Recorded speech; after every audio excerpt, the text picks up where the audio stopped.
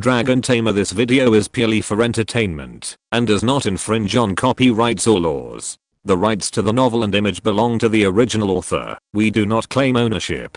Don't like waiting and want to listen to this fanfic in full now?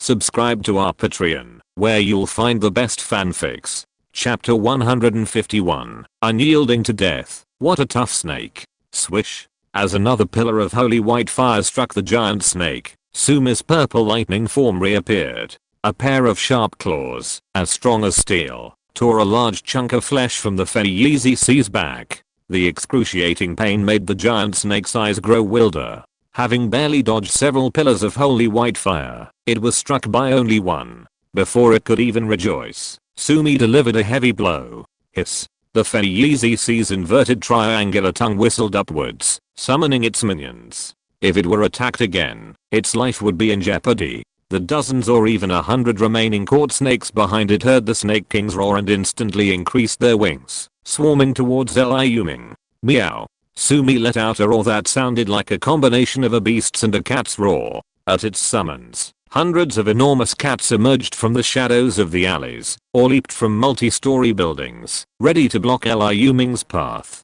Seeing this, Liu Ming shouted, "Except Scarface, Sunny Sky, and Dark Cloud, all retreat." Sumi's men were now his core fighting force, and the loss of even one would be heartbreaking. Naturally, he didn't want to put the giant cats in danger against the ferocious and terrifying descendants of the Fatty legacy. If they were hit by the corrosive mist from earlier, suffering heavy losses, it would be too late for him to regret. Sumi had summoned over half of the evolved giant cats in the eastern part of the city. If many more of these giant cats were killed or injured, there wouldn't be enough to join Sumi. Currently, only 3D rank giant cat leaders were confident enough to survive the Fatty Legacy's desperate widespread attacks. Intermediate savage summoning.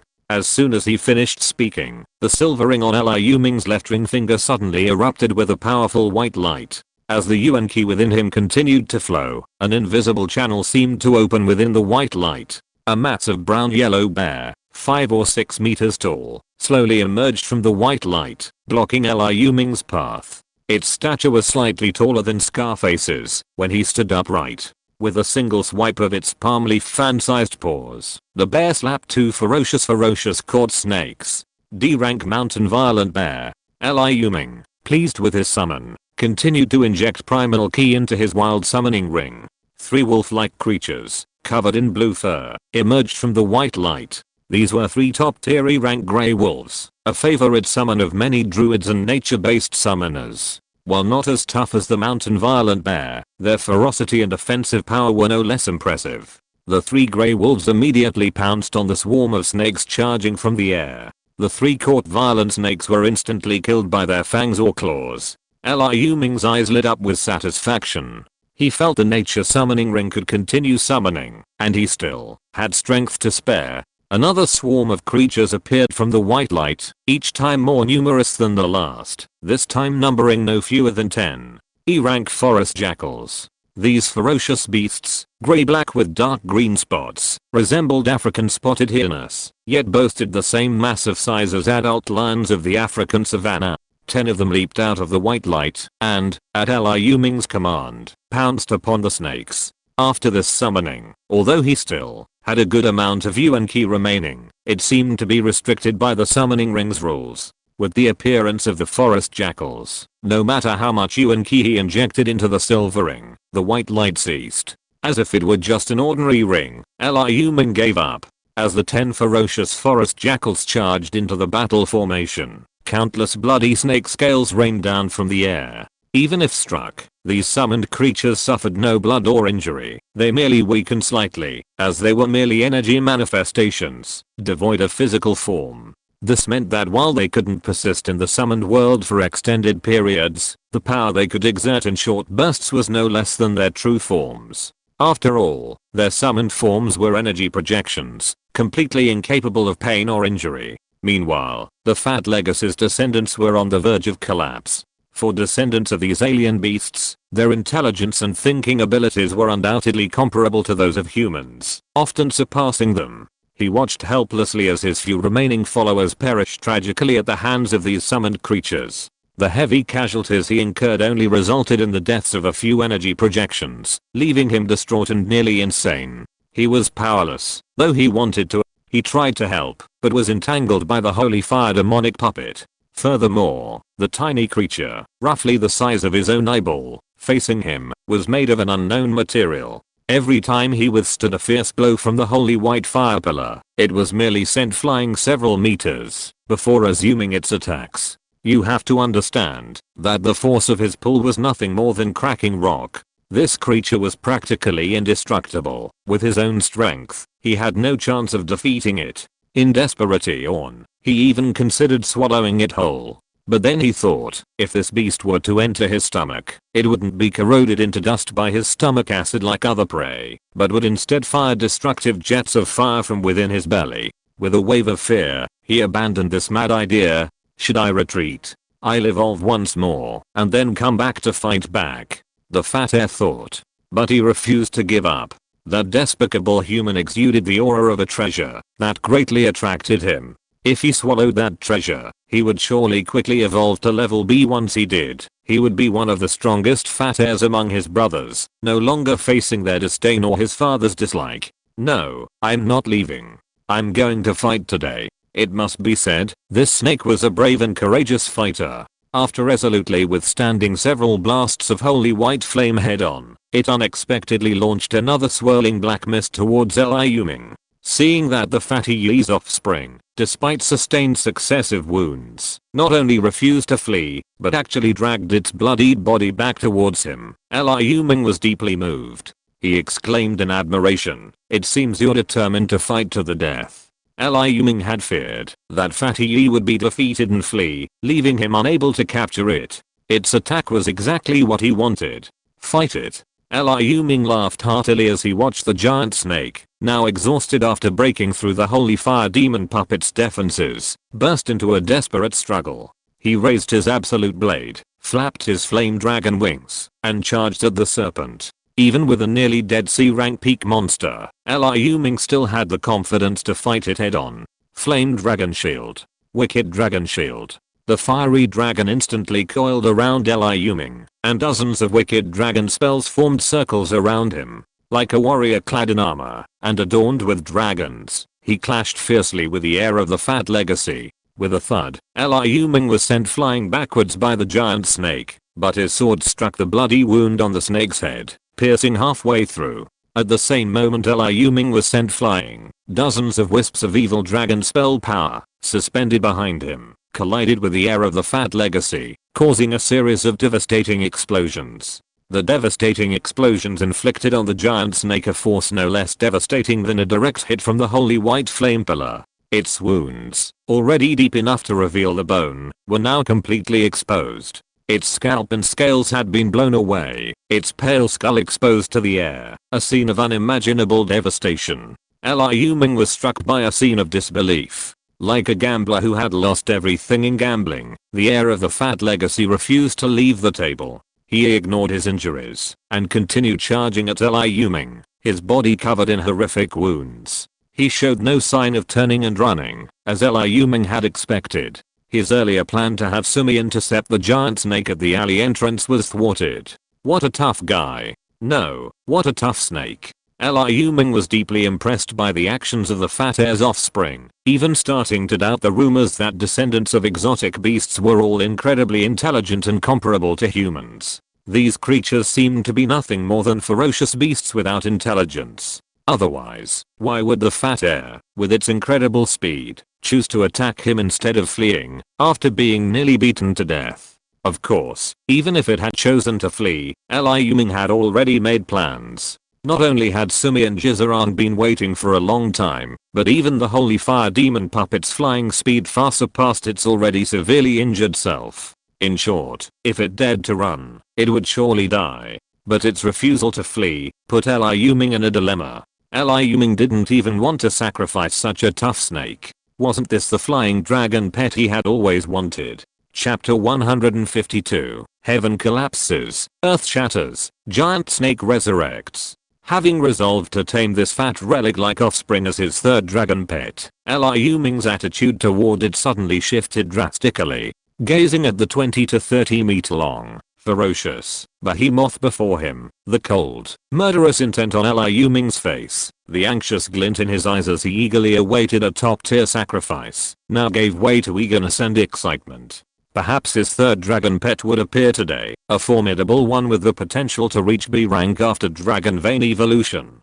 How could Liu Ming not be thrilled? However, his attacks continued unabated. He had to tame it, but he knew this time was completely different from the contract with Sumi and Zhenirang. Even if he could ultimately successfully tame this fat relic-like offspring, there was only one possibility: to completely defeat it. Bang! More than a dozen evil dragon curses blasted the skeletal remains of the fatty Yi snake, exposing its bare bones. This time, Liu Ming deliberately avoided the snake's head, its flesh and scales shattered, exposing most of its skull. He feared shattering it and accidentally killing the fatty Yi descendant. The fatty Yi descendant, however, clearly had no appreciation for Liu Ming's kindness. Seeing the attack hadn't caused him much damage, he suddenly accelerated towards Liu Ming. Watching the giant python's kiss and the stench of black mist and demonic wind approach, Liu Ming shook his head and mentally commanded, "Sumi, attack its forewings."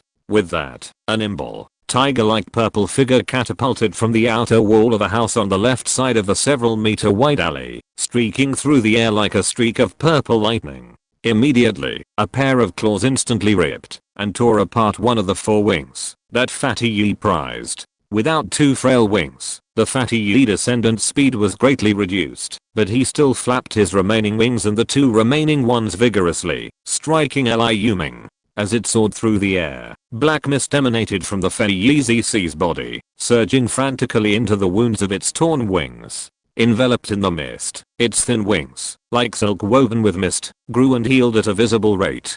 Seeing the persistent giant python, Liu Ming's flaming wings vibrated, and he instantly flew dozens of meters, maintaining a safe distance from the python.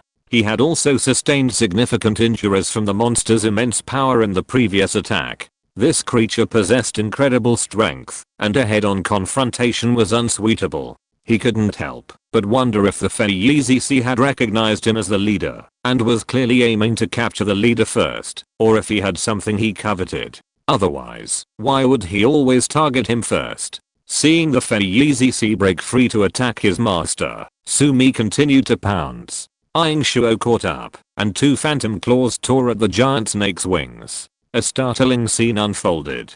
The giant snake unleashed a self-destructive attack. It didn't dodge or evade, merely twisting its body slightly, allowing its recently injured wings to once again block the incoming sharp claws. It continued to flap its remaining wings rapidly towards Liu Ming. Sumi's sharp claws instantly ripped through the giant snake's several meter wide wings, and the snake freed itself from its grip and attack. It seemed there was no escape, Liu Ming thought to himself, gazing at the monstrous snake 10 meters away. His face showed no sign of surprise. As he pondered this, he swung his absolute blade. Pale flames and dark red molten lava transformed the absolute blade into a torch several meters high. The flaming torch clashed with the pair of sharp claws on the giant snake's underbelly. This time, the absolute blade was struck by an unmatched force, its sharp claws piercing through the blade and impacting Liu Ming's chest. With a crack, Liu Ming was sent flying again, his chest caved in, his ribs broken.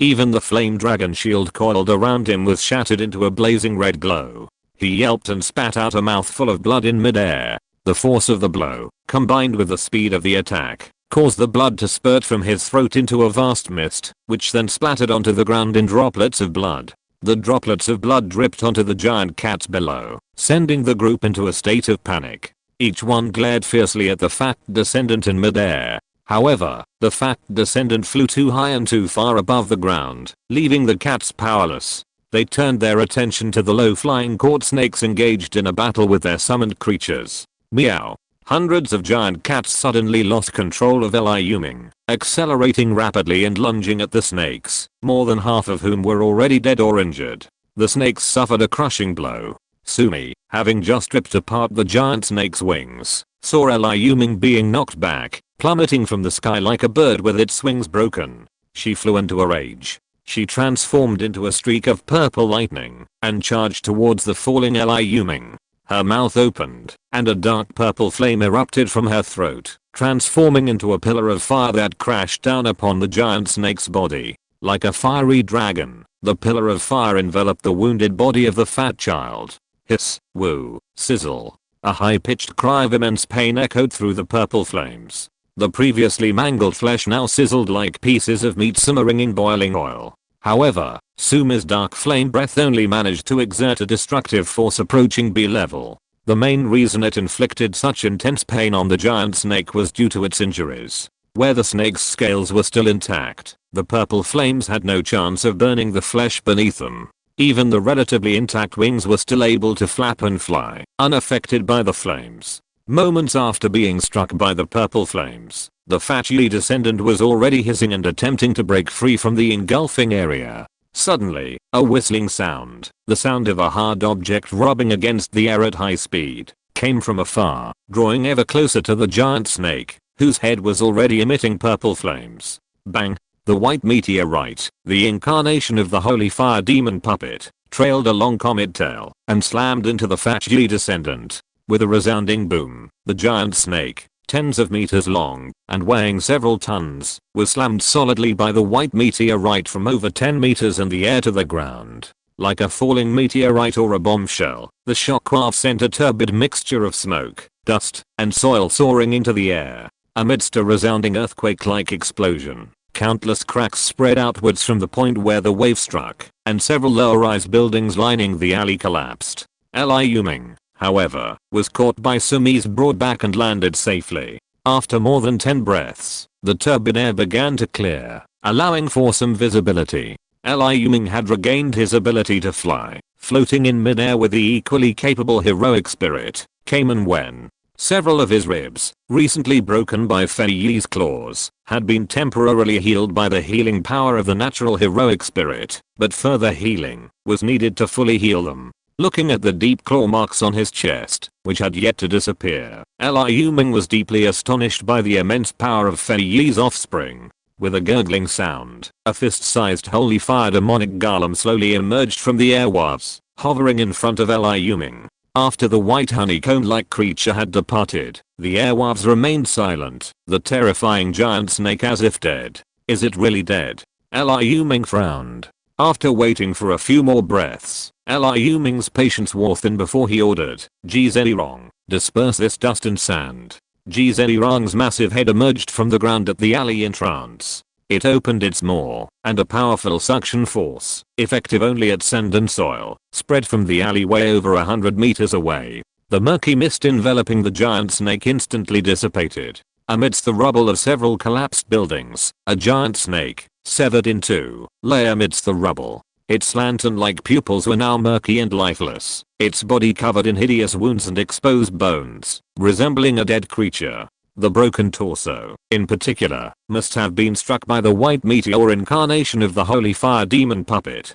The intense heat from the impact had partially vaporized the flesh and blood at the break. Anyone witnessing this scene would have concluded that the giant snake before them was beyond dead, and Liu Ming was no exception. If I'd known I'd only get a corpse in the end, I might as well have killed it right from the start, Liu Ming said with a hint of annoyance. A B-rank dragon pet was clearly worth countless times more than a C-rank sacrifice. As he raised his magical camera and approached the giant snake's corpse, ready to collect the behemoth's body as a sacrifice, something strange happened. The fat descendant's dull eyes suddenly shone with blood. Half of its body, pinned down by countless broken walls and rubble, twitched violently, shaking off a large amount of stone. The snake's head, now a tangled mess of blood and bone, looked utterly terrifying. The giant snake opened its foul-smelling maw, two massive fangs and a mouthful of tiny, sharp teeth biting directly at Liu Ming. Chapter 153, Intimidation Fails,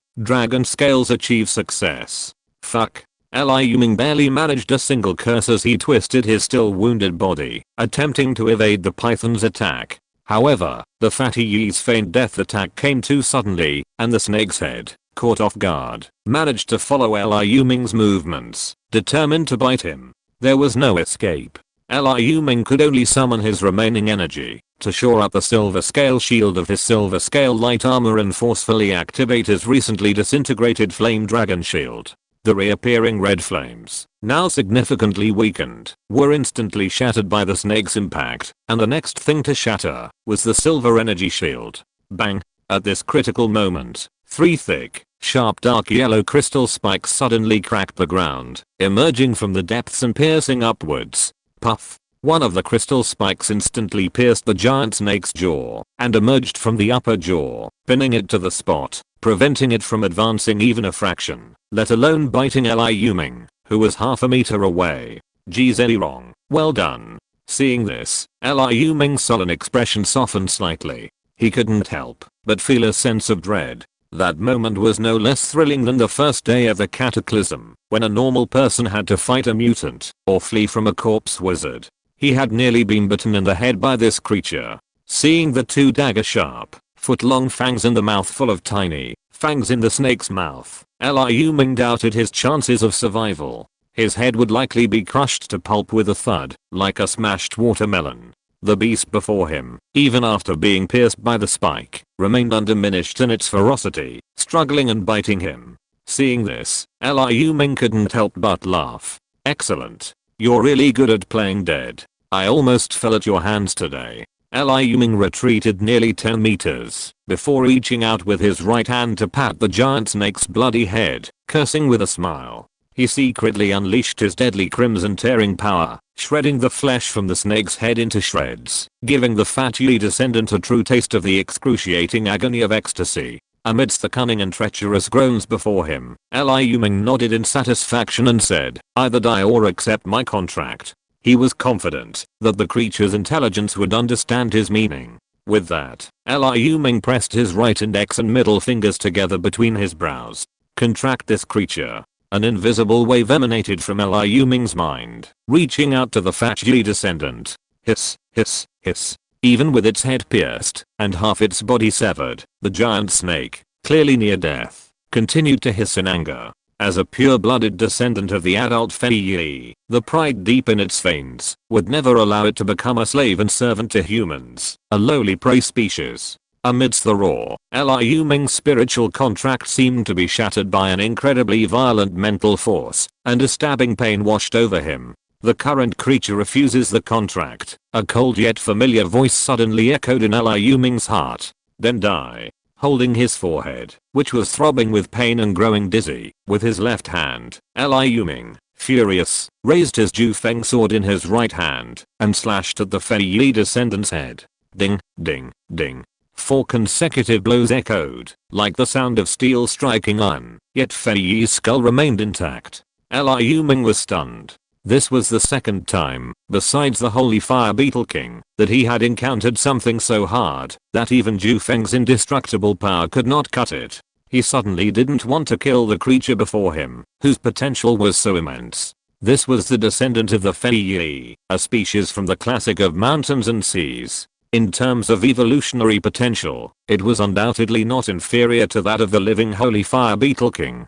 Liu Ming threatened again. "I'll give you one more chance to live. Either agree or die." The fat air didn't care what Liu Ming said, and responded with a direct response. Hiss, hiss, hiss. It forced its pierced jaws open, and a dark green poisonous mist sprayed towards Liu Ming from the kiss. Liu Ming knew something was wrong the moment it opened its mouth, and dodged in time. A shuddering, corrosive sound echoed. The spot where he had just stood was now pitted and cratered, as if it had been doused with a large amount of concentrated sulfuric acid. "If you don't accept my toast, you'll have to drink." Seeing the beast before him still full of life, its vitality stronger than an earthworm's, seemingly unable to die anytime soon, Liu Ming retaliated, opening his mouth and emitting a breath of fire. The giant snake was still pinned to the ground by the spikes, unable to move, let alone dodge. It was hit head on by the 100-degree heat, its exposed flesh sizzling, and even dripping with oil. Even the stubborn Fei Yi was writhing in agony under this extreme torture. Half of the snake's body twisted wildly, and the ground spike actually began to crack and break in its struggle. Bang! Ji Zheirang's eyes were sharp, watching the dying creature before him still trying to defy fate. Another, even thicker ground spike emerged, shattering the previous one and piercing the giant snake's jaws again. The Fei finally resigned himself to his fate and ceased struggling, knowing that the group before him would never let him off. The giant snake's dark yellow eyes were icy, but it no longer screamed or hissed. It looked like it was sworn enemies, yet remained silent. This left Liu Ming at a loss. This creature clearly didn't tolerate torture. His experience with pet taming taught him that, if threats didn't work, bribery was the only option.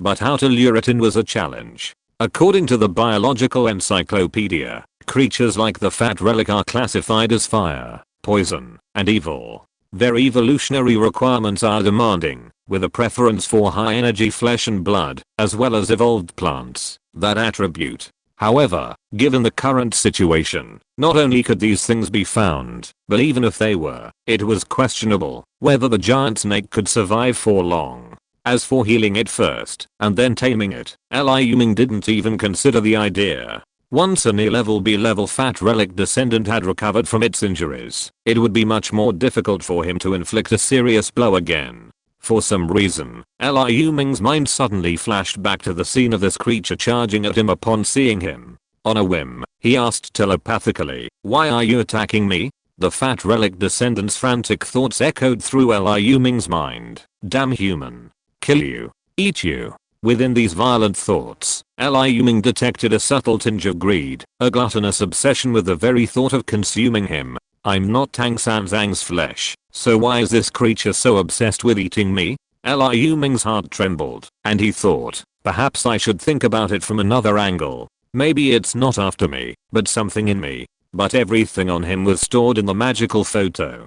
Could this creature even sense what was stored there? So perverted. He didn't believe it. No, he suddenly remembered something he hadn't put in the magical photo. It was a quest gift, and he had been carrying it with him as a quest item, hoping to trigger the next quest. "You want it?" Liu Ming pulled out the black evil dragon scale, roughly the size of 2 palms, from the lining of his clothes. He looked at the fat child and asked. Boom boom boom. The moment he saw the evil dragon scale, the fat child, who had already looked dead and heartbroken, suddenly had a light in his eyes. He twitched wildly again, cracking the concrete floor beneath him and sending gravel flying. The crystal rock spikes were torn apart again by it in a few seconds. Bang! Another crystal thorn pierced it again, but this time it still struggled frantically and stretched out its snake head, the scarlet snake tongue in its mouth trembling rapidly, trying to swallow the evil dragon scales.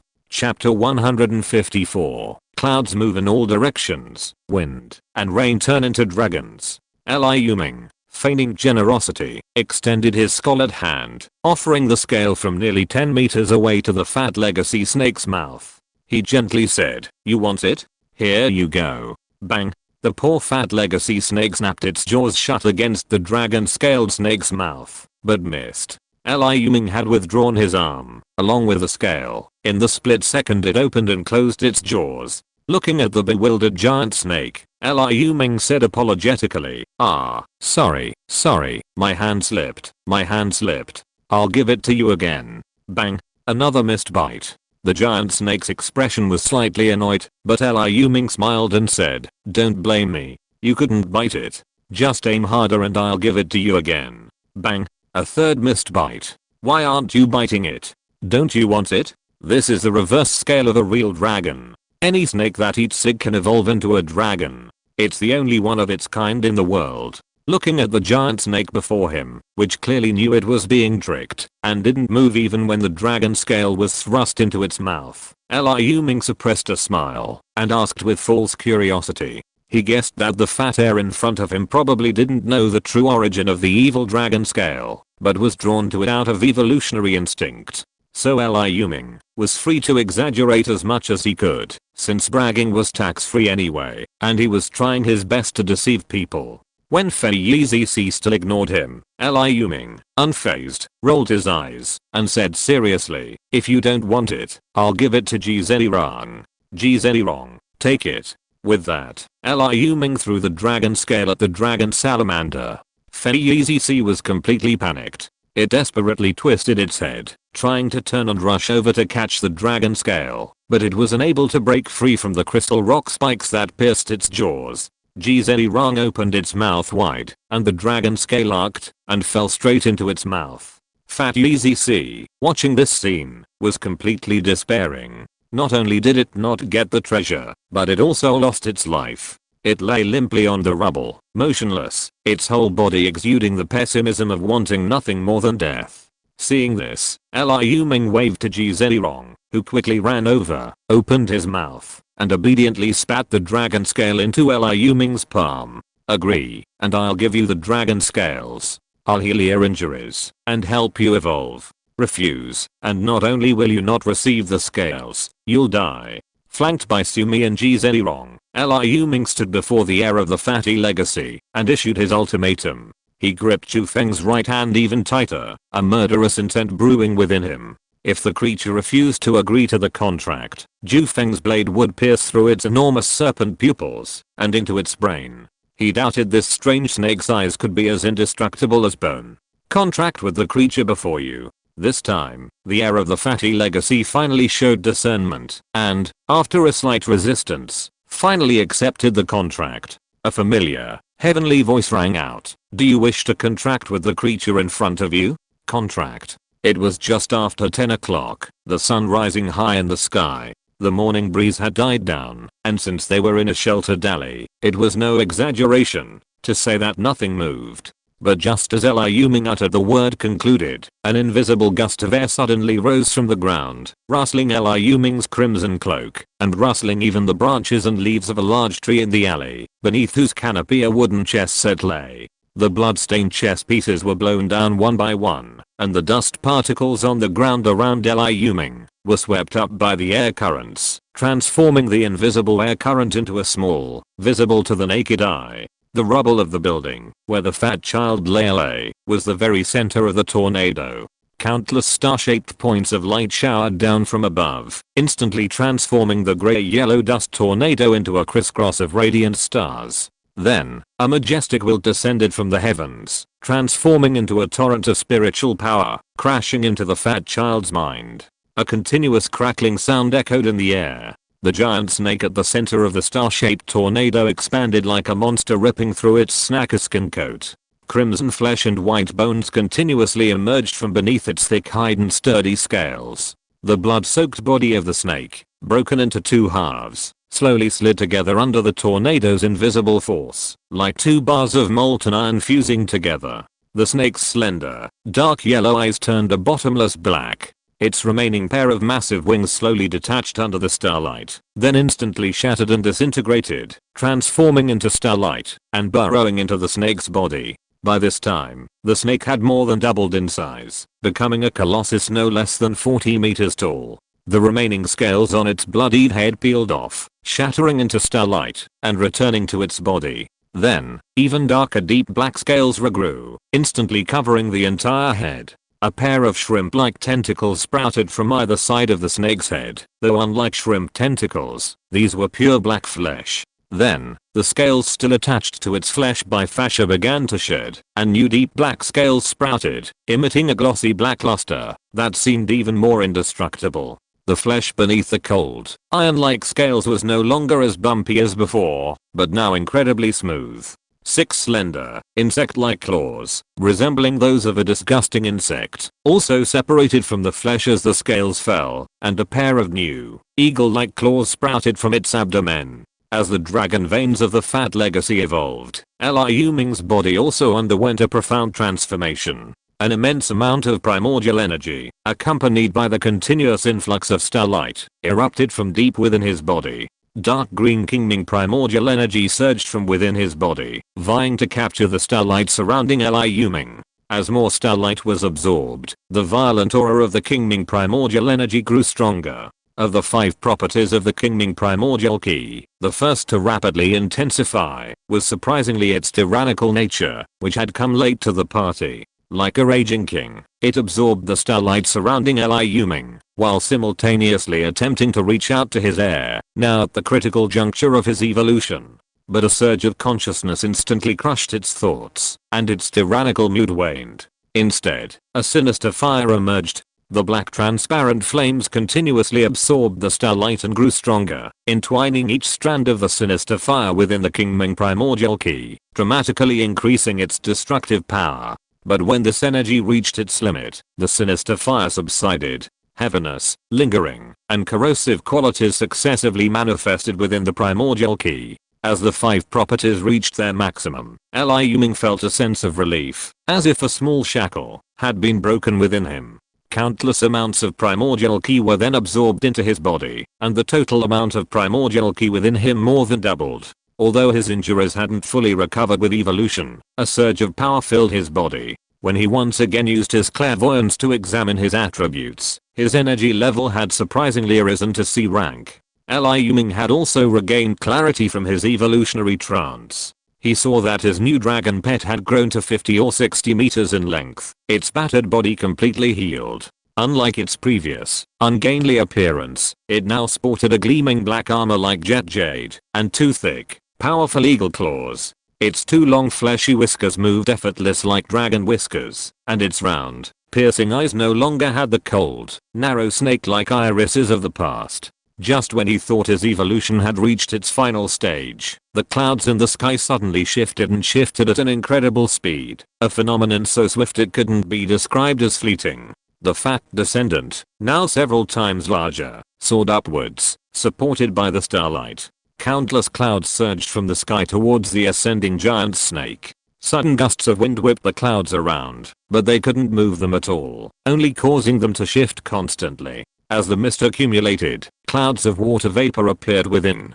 Countless water droplets drifted down from the clouds, drenching Liu Ming and Sumi below. Compared to the giant snake's slender body, the figure within the mist began to grow thicker and taller, twisting and turning as it flew. A pair of thick, gnarled claws stretched out before it, like a legendary dragon dancing through the sky. Roar. As the mist gradually dissipated, a high-pitched roar emanated from the mist. It wasn't a piercing hiss of a snake, but a deafening roar like a dragon's roar. P.S.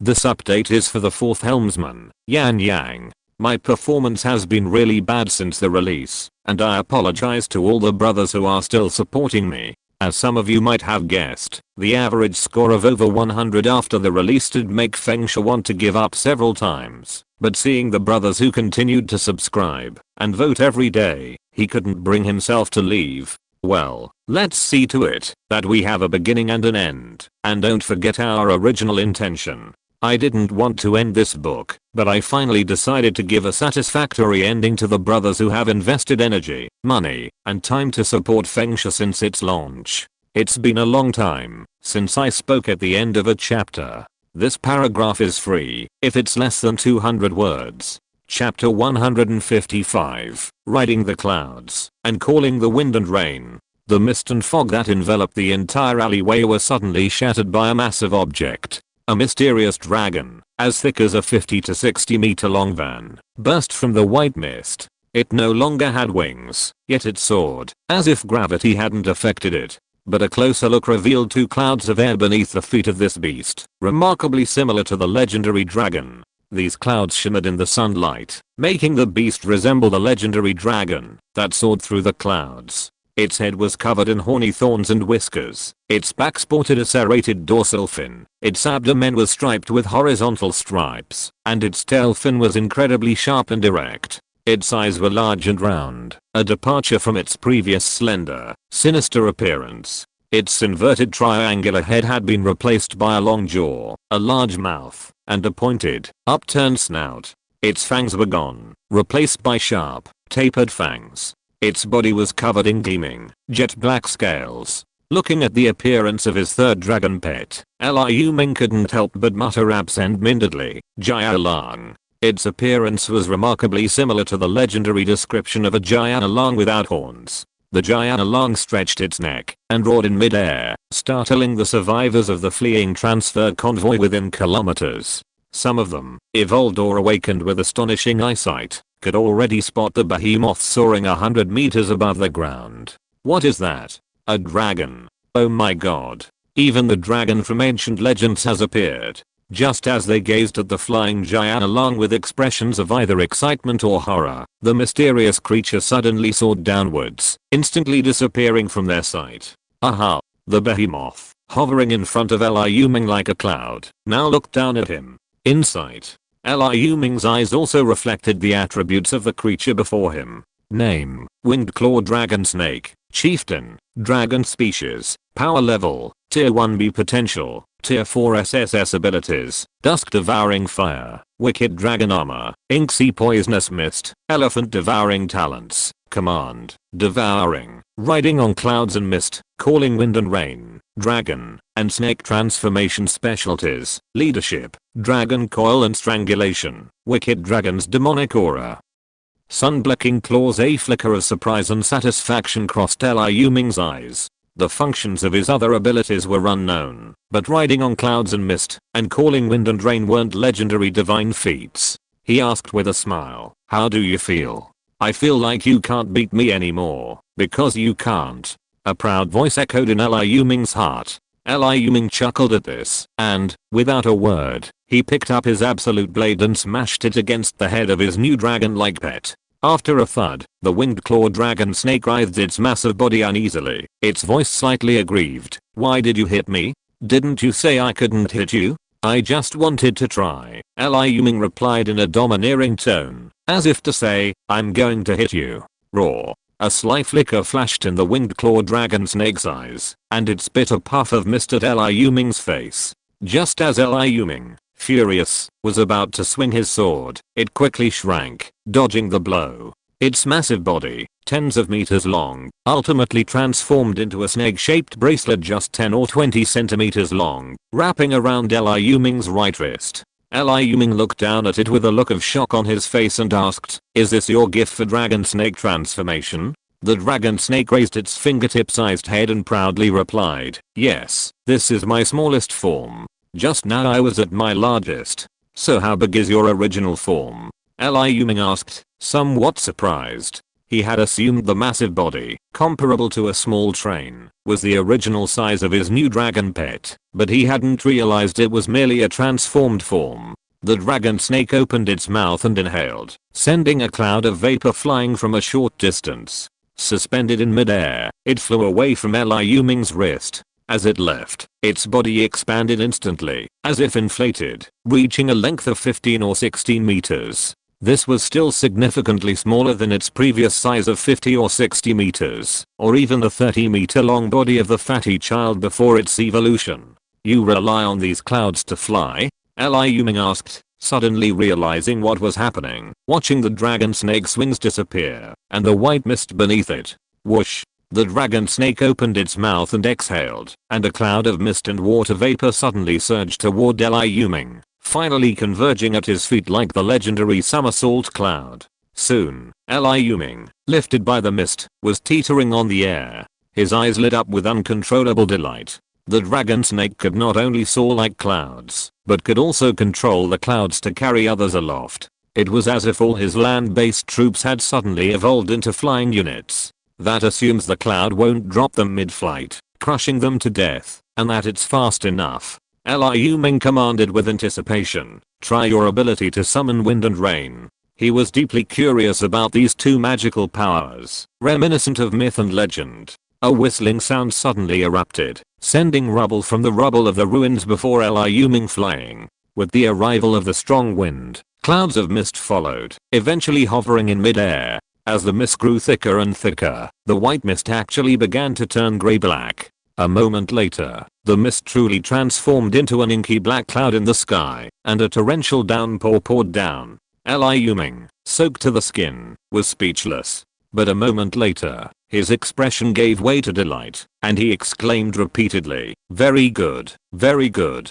He could actually sense a faint trace of yuan qi energy in the rain. He opened his mouth to catch a mouthful of rainwater and drank it. From the moisture nourishing his limbs and bones, he could actually feel a barely perceptible difference from ordinary drinking water. Liu Ming's delight deepened. Sure enough, it truly contains yuan qi. Most substances that can materialize yuan qi are beneficial to the human body and can improve physical fitness. This has become common knowledge in later generations. Now, looking at the new dragon pet, even more rebellious and unruly than Giseli Rang and Sumi, Liu Ming admired it with a look of admiration, as if he were looking at a priceless treasure. Putting aside its combat prowess, its ability to assist with flight, maneuvering, and generating yuan ki rain alone made it an excellent support dragon pet.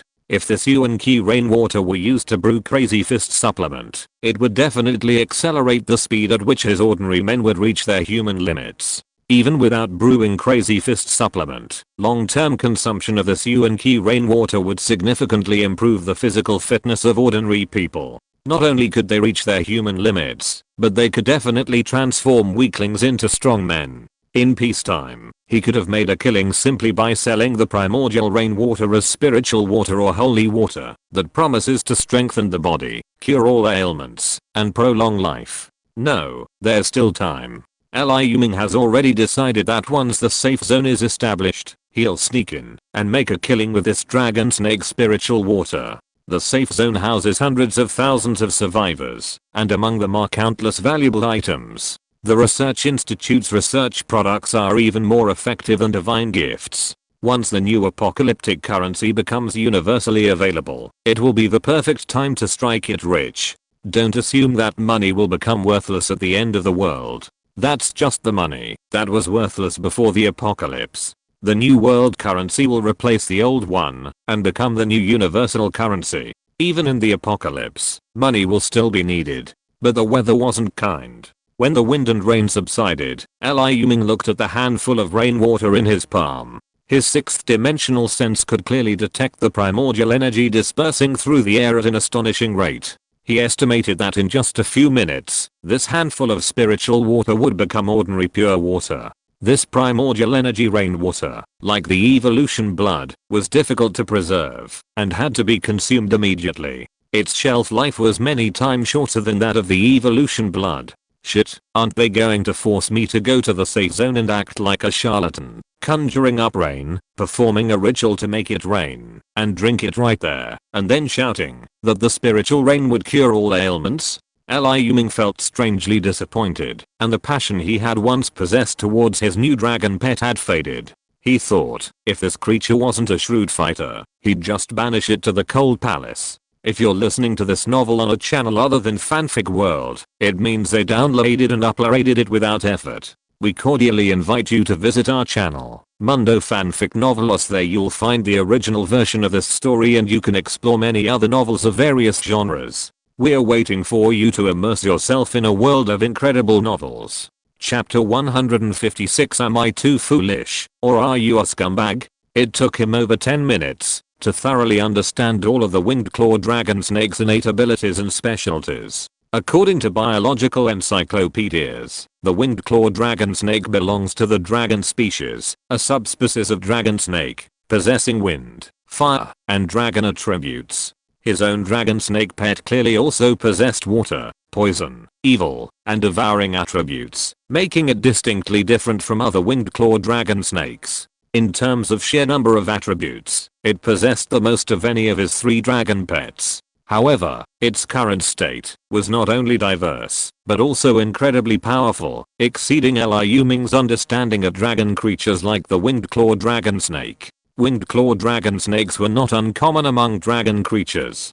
Based on their evolutionary stage, they could be categorized as wingless with 2 claws, 2 wings and 4 claws, 4 wings and 6 claws, and finally, the most advanced, the 4th stage, 6-winged 8-clawed dragon snake. Each stage marked a turning point. With each stage of evolution, the dragon snake grew in size, and also grew 2 more claws, and 2 more wings. As far as Liu Ming could remember, even at his peak, he could barely handle a 4th stage, 4-winged, 6-clawed winged-clawed dragon snake. It was a terrifying beast with 4 pairs of massive fleshy wings capable of whipping hurricanes, and 6 pairs of claws capable of tearing through tanks with ease. A first-level winged-clawed dragon snake, however, was a juvenile without wings, and, by definition, incapable of flight. Yet, his own winged-clawed dragon snake, using its ability to ride on clouds and mist, soared through the air, its speed rivaling that of a flying creature.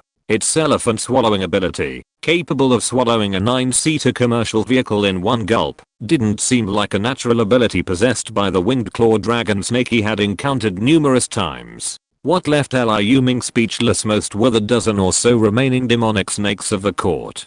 These demonic snakes, having survived the onslaught of summoned creatures and giant cats by constantly soaring into the air, now followed him with a haughty air. More precisely, they were following the mysterious winged claw dragon snake resting on his wrist. The appearance of these demonic snakes had also changed dramatically. Their once thin cicada wings had been replaced by a pair of thick fleshy wings, and their scales had transformed into a metallic sheen, reflecting the sunlight.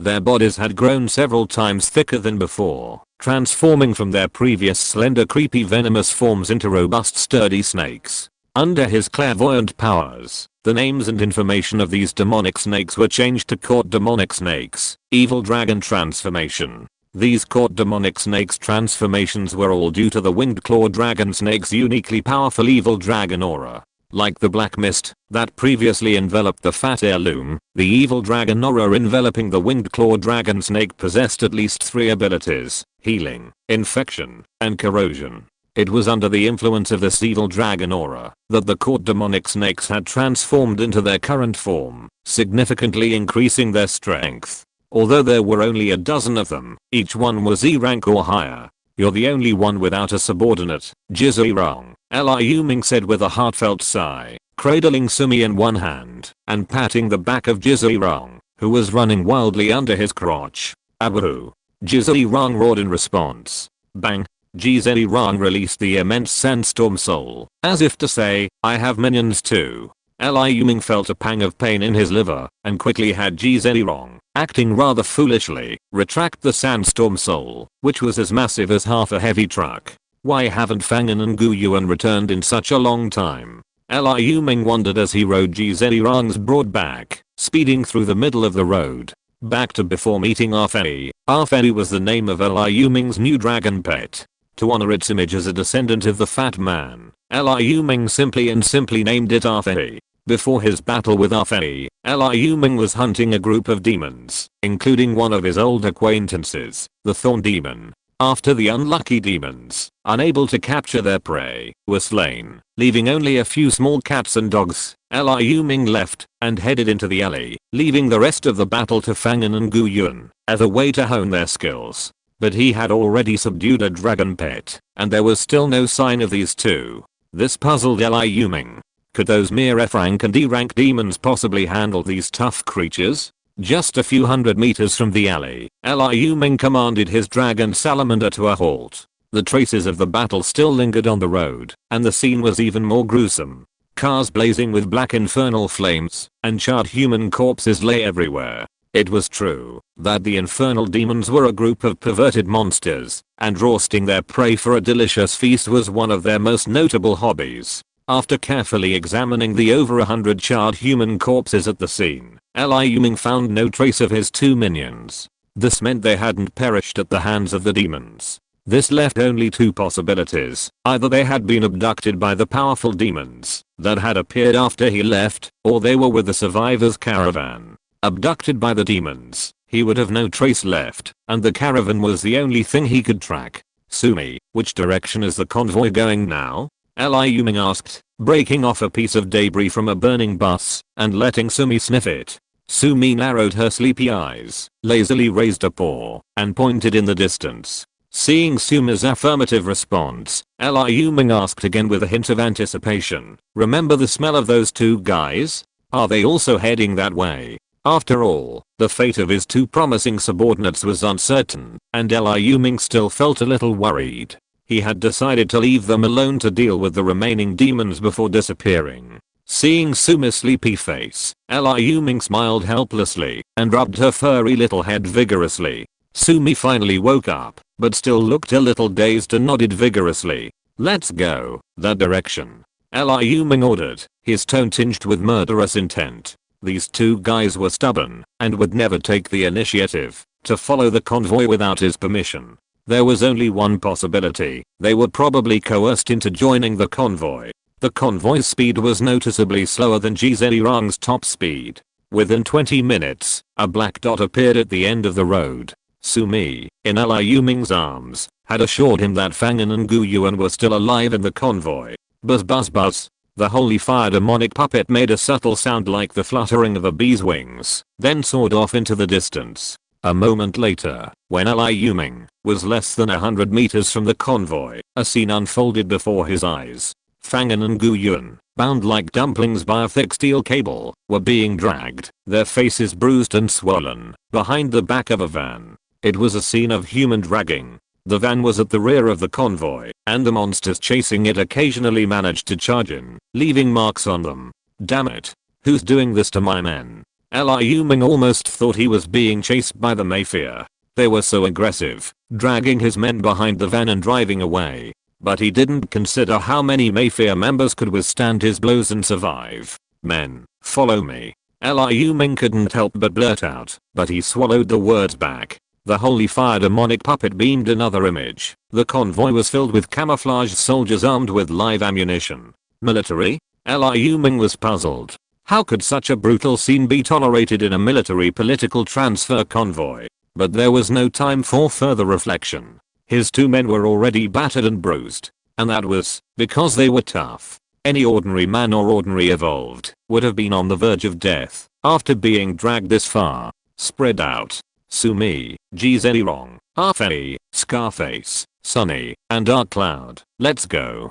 Liu Ming ordered the surrounding giant cats to disperse before charging towards the convoy, preventing them from suffering heavy casualties from the heavy fire. As they nearly caught up to the convoy, a flash of white blade flashed, and Liu Ming was about to leap, severing the iron chains, to save his two men first. Bang! A giant hand of yellow sand, covering the sky and the sun, suddenly swept in, shattering Liu Ming's sword flash. A figure enveloped in a tornado of yellow sand appeared before Liu Ming, laughing arrogantly. I've been waiting for you for ages, you rubbish who can only burrow like a rat. You stole what you shouldn't have, so pay with your life. With that, another giant hand of yellow sand slashed towards Liu Ming's head. Rumble. A massive, black-scaled claw, twice the size of the hand, soared into the sky, instantly shattering the sand hand, then slammed down heavily on the tornado of yellow sand, slamming the speaking figure deep into the ground, sending sand scattering all over the sky.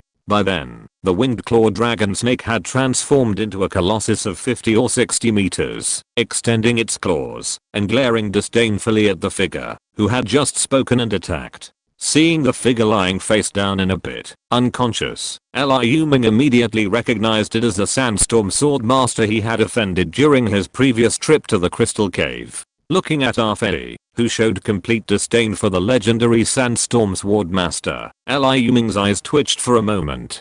He hadn't expected Arfei's true strength to be so formidable. Then, imitating the sandstorm sword master's speech, he laughed arrogantly and said, Lu Zuan, why did you just prostrate yourself before me the moment you saw me? Am I being too arrogant, or are you just a jerk? Chapter 157. The evil fire shows its power, the killing intent boils. As Liu Ming finished his words, a dusty, rugged figure trembled and rose from the man-deep pit. Seeing Lu Zuan rise from the pit, Liu Ming saw no trace of anger or resentment on his face, only a calm and solemn expression in the face of a formidable enemy. Seeing this, Sandstorm Sword Saint Liu Ming was instantly filled with fighting spirit. Sumi, Gzerong, rescue them both. Arfei, follow me. He leaped off Gzerong's back and instantly blasted several blasts of evil dragon mantra at Lu Zuan. When Liu Ming evolved to sea level, the properties of his King Ming Yuan Qi were greatly enhanced.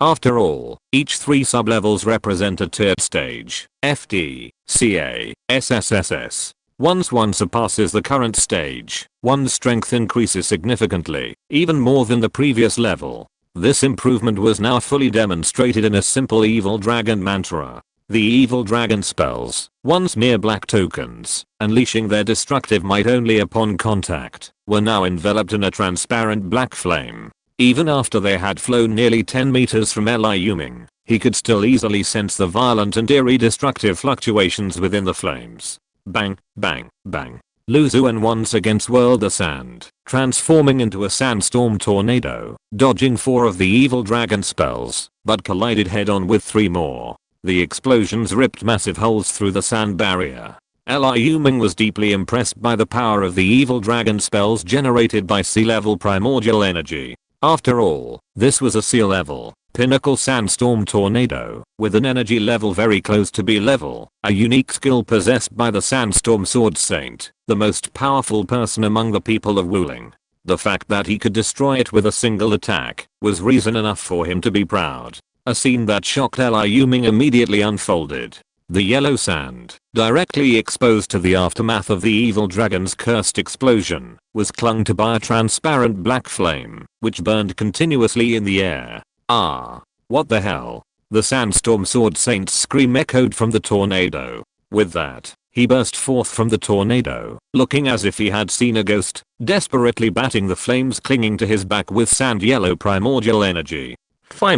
He finally freed himself from the flames' grip, but the sandstorm he had so painstakingly summoned was completely engulfed by the flames, transforming into a black tornado. As the primordial fire continued to burn, Liu Ming could sense a subtle yet continuous stream of pure primordial energy emanating from it. This pure primordial energy was only a few notches lower than the primordial energy in the raw stone, and contained impurities, but it could be directly absorbed and transformed. A moment later, the yellow sand tornado vanished into nothingness, and the primordial energy was directed entirely towards Liu Ming. Liu Ming subconsciously opened his mouth slightly, and unexpectedly, he inhaled the entire black flame. A surge of yuan qi surged towards the Qingming yuan qi deep within his cells. In just this one move, Liu Ming estimated that his total Qingming yuan qi increased by nearly 1%. The look he gave Liu Zuan was no longer the same fiery eagerness he'd felt before, eager to fight a formidable opponent. Instead, it was the greedy desire to unleash his evil fire once more and devour his sandstorm tornado. If the tornado just happened 100 times, wouldn't his total yuan qi be doubled? But deep down, he knew this was wishful thinking. Regardless of whether Liu Zuan could unleash that many tornadoes, even if he could, it would never double his total yuan qi. The increase in yuan qi isn't simply a matter of adding up the quantity. Instead, each increase in yuan qi is accompanied by an increase in quality. In other words, the pure primordial energy provided by the previous sandstorm tornado could increase his primordial energy by nearly 1%, but the primordial energy provided by the next tornado, after transformation, might only increase his primordial energy by 2%. Furthermore, while this primordial energy appeared pure, it was fundamentally different from the pure primordial energy contained in the original stone. It must contain impurities that hadn't been completely transformed, and the imprint of the previous owner that hadn't been eliminated. Absorbing large amounts of it could lead to adverse consequences. With a second thought, the desire in Liu Ming's eyes faded somewhat, but he still unleashed more than 10 more blasts of evil dragon spell energy at Liu Zuan. Having learned from his previous experience, Liu Zuan didn't summon a sandstorm this time. Instead, he clenched his palms, and countless yellow sand condensed from the void. The sand covered his entire body, forming a yellow sand armor. Then, a moment later, his hands transformed into 2 massive fists. These dark yellow sand fists, as massive as the fists of a giant spirit god, suddenly struck out. Like crossing Shan dancing with his Ganki, the yellow sand fists shattered the incoming evil dragon spell energy one by one. Although the violent explosion shattered the giant fist, yellow sand immediately flew in to fill the gap. Bang, bang, bang. Over a dozen energies of the evil dragon spell were transformed into fleeting fireworks, completely destroyed by the bombardment of the dark yellow fist. However, the evil fire still stubbornly clung to the 2 massive fists. Some of the black evil fire even clung to his sand armor and burned. With a swipe of his hands, Liu Zuan dispelled the giant sand fist and sand armor, quickly withdrawing himself and avoiding the burning evil fire in time. The sand armor and 2 sand fists ultimately provided Liu Ming with many times less energy than the previous sandstorm tornado. This made Liu Ming sigh in admiration. As expected of the sandstorm sword master, he had found a countermeasure so quickly. Now his own evil dragon spell power was useless. Liu Ming shook his head, drew his absolute blade, and leaped onto the winged claw dragon snake, ready to engage him in close combat. Da da da. Fierce gunfire erupted from the nearby convoy. The scene infuriated Liu Ming. The soldiers in the convoy, watching Zherong and Sumi charging at the van, decisively turned their guns on them and opened fire. If they had simply mistaken their dragon pets for monsters, defensive fire would have been fine.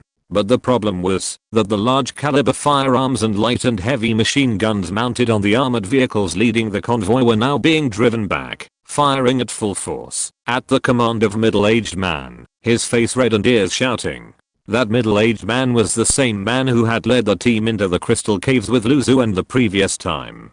So you're courting death. Liu Ming immediately understood why the military and government authorities had allowed Fangan and Gu Yuan to be dragged along behind the van. The apocalypse had only been going on for a fortnight, and the complete collapse of human order hadn't yet occurred. This kind of torture was even less likely to occur in a convoy commanded by the military and political authorities, yet it occurred nonetheless, thanks to the efforts of Lu Zuan and the man who clearly held considerable influence within the military and political establishment. Ouch. Zherong screamed in agony. Its armor was strong enough to protect it from small caliber firearms, and even automatic rifles were unlikely to injure it, but not heavy firearms. Machine guns, whose single bullets could instantly rip a man in two, were able to penetrate its armor. Bloody holes appeared on Zherong's body. Escape, Zherong. Liu Ming commanded hastily. Temporarily dazed by the torrent of metal, Zherong finally reacted and dove underground. As for Sumi, thankfully, its speed was sufficient, making it difficult for the firearms to accurately hit it. However, the torrent of hot weapons made it difficult for it to reach the two men still being dragged along the ground by the van. Some stray bullets even pierced Liu Ming and the winged claw dragon snake, but were deflected by the snake's scales, tougher than steel, sending sparks flying. This scene instantly ignited Liu Ming's bloodlust, the bloodlust of the scalded hand and the brutality of his primordial energy flooding his mind. Even if a man doesn't kill a tiger, the tiger will devour its heart. He had only intended to rescue his two men, kill the culprit who had tied them up, and drag them behind the vehicle, and then escape. He hadn't expected these armed men to aid those who had abused his men and open fire on him. Arfei, kill him. Holy fire demon puppet, take out the machine gunner. Liu Ming commanded the two ferocious men, flapping his flaming dragon wings, and soaring towards the convoy. Chapter 158, The Sphinx, the pet who sends them to death. Even as Liu Ming and Sandstorm Swordmaster Lu Zuan's transfer convoy engaged in a fierce battle, the vanguard of the entire Wuling transfer convoy was already engaged in a tidal wave of monsters. A horde of demons, devils, and evils had completely blocked the route to the eastern safe zone, forcing the transfer convoy to break through their massive obstruction. 9 tanks formed a cone-shaped formation at the head, leading the way. Behind them followed a massive convoy of hundreds of armored vehicles, heavy trucks, and buses. The front tanks and vanguard troops were already engaged in a fierce battle with the surging monsters. Countless monsters fell to the 105mm rifled main guns of the Type 80 main battle tanks. But amidst the oncoming wave of monsters, a behemoth over 4 meters tall and 6 meters long struck fear into the hearts of all the tank troops. It was a massive demon with a lion-like lower body, black horns on its head, and a body covered in inky tattoos. Even the tank's main gunfire only caused it to shudder slightly, blocked by its demonic tattoo force field. Had Liu Ming been present, he would have immediately recognized this demonic species, a horned demon with a lion-bodied horn demon. Its arms, as thick as the marble pillars supporting a temple roof, held 2 blood-red battle axes the size of sedans. After its artillery bombardment proved ineffective, countless warriors and evolved classes attempted to block the tanks from being destroyed by the giant demon, but were reduced to a pile of mangled flesh by its 2 battle axes. The lion's massive limbs, stomping back and forth through the military and police formations, trampled and gouged the 4 tree trunks beneath its body. There was widespread grief, with many falling grievously wounded, and a significant number killed instantly. Song King Kyu, have your sword lion hold off that giant monster. We can't afford any more casualties, a stern-looking middle-aged man in a command vehicle at the rear of the convoy declared in a dignified voice. Damn it. Why didn't Ko Xianlong, Ni Kang Song, and the others stop it? Just because my beast isn't human? If you guys can't die, then my beast deserves to die. Song Kinkyu cursed inwardly. Ever since being toyed with like a monkey by that man in the crystal cave and achieving nothing, he'd discovered that the veterans in the army, who once treated him like a treasure, had completely changed their attitude toward him. How can I possibly stop this monster? All his curses dissolved into a reluctant refusal. But under the increasingly stern gaze of Colonel Chu, the commander of the Wuling military sub-district and the highest ranking officer in the Wuling region, he finally gritted his teeth and shouted, "Sword Lion, stop it." The Sword Lion, only slightly smaller than the Horned Sphinx, responded to his master's command with a frenzy, but was instantly sent flying by two dark red battle axes. It couldn't even block a single blow before being chopped to the ground, its life or death unknown. Song Kinkyu muttered to himself, his face etched with pain. Is this a high-level monster? He could feel his spiritual connection with the Sword Lion rapidly fracturing. The Sword Lion's mental energy on the other side of the connection was rapidly fading. His most powerful pet was going to die like this? That guy had forced him to send the Sword Lion to its doom. With a frantic rage, he turned to look behind him at Commander Chu, his eyes blazing with fury. But he found him directing his soldiers to fill the defensive positions vacated by the dead, maintaining a defensive formation without even glancing at him. He wanted to rush over and vent his anger, but Colonel Chu, like him, was a top-tier E-class professional and a melee fighter. A beast trainer like him, whose pets were nearly wiped out, would only be beaten. He might even be killed outright for assaulting the highest-ranking officer of the garrison. In the end, Song Kinkyu was left with no choice but to bury the flames of anger and hatred deep within his heart. Captain Ma, let's retreat. The frontline troops have reunited and engaged the monster horde. We're already falling far behind. Inside an armored vehicle at the front of the convoy, engaged in a fierce battle with Liu Ming, a 2-star adjutant, listening to the distant artillery fire, pleaded with his captain. The captain beside him, his face throbbing with veins, his eyes bloodshot, watched as the spherical monsters in the distance emitted streaks of white light, each one blasting a vehicle away. In just a few minutes, 2 of the 3 machine gun squads had been destroyed. Liu Ming, under the full firepower of the holy fire demon puppet, soared over and decapitated the middle-aged man who had allowed the transferred convoy's heavy firepower to attack him. His anger dissipated considerably. Crack. He then flapped his wings to the van and, with a single blow, severed the chains binding his men, saving the battered Fangan and Gu Yun. Zherirang. Liu Ming shouted. Bang. A massive creature suddenly emerged from the ground, flipping the van to the ground. Then, with a crushing force, it collapsed like a mountain, turning it into a bloody discus. The men inside, who had been driving and dragging the 2 men for nearly 10 kilometers, were reduced to a pulp. Holy fire demon puppets, stop. Get out. After instructing Kamen Wen to begin healing his 2 men's injuries, Liu Ming waved his hand, shooing away the convoy's already frightened spirits. The company commander, his face pale, shouted, "Go." With a single command, the armed men, demoralized by Liu Ming's monstrous brutality and even more terrifying strength, fled in a flash. However, a dozen vehicles and the survivors within remained. Each of these survivors possessed a formidable aura, and many were evolved professionals, likely Lu Zuan's men.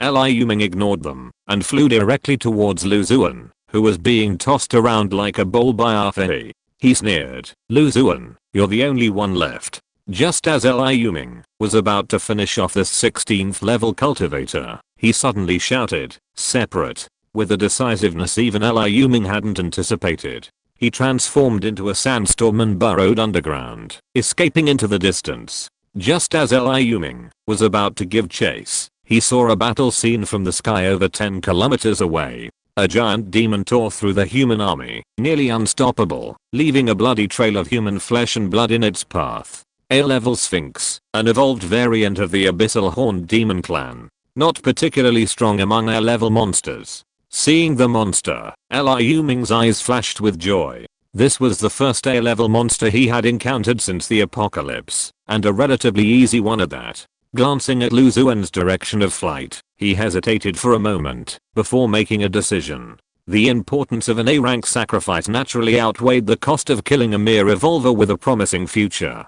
Liu Ming was aware of his own flying speed. It was definitely no match for the winged claw dragon snake. So, he retracted his flame dragon wings and leaped onto Afei's head, pointing to the location of the Sphinx and Horn Devil and commanded, "Afei, that direction, go."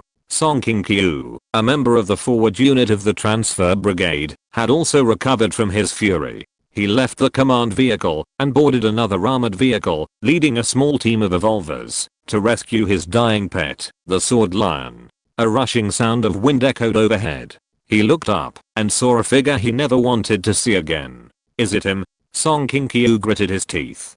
"Who?" a female professional beside him asked. "The one who profited from the hidden dangers in that secret realm. The treacherous fellow who stole from Old Manny and Boss KO?" Upon hearing this, everyone in the armored vehicle erupted in anger. They had all heard about KO Xianlong and the others' failure in their exploration of the Crystal Cave. After all, in their eyes, Liu Ming was nothing but a thief and robber. Using cunning tactics, he had forcibly stolen KO Xianlong and Ni Kangzhang's offerings and secret treasures.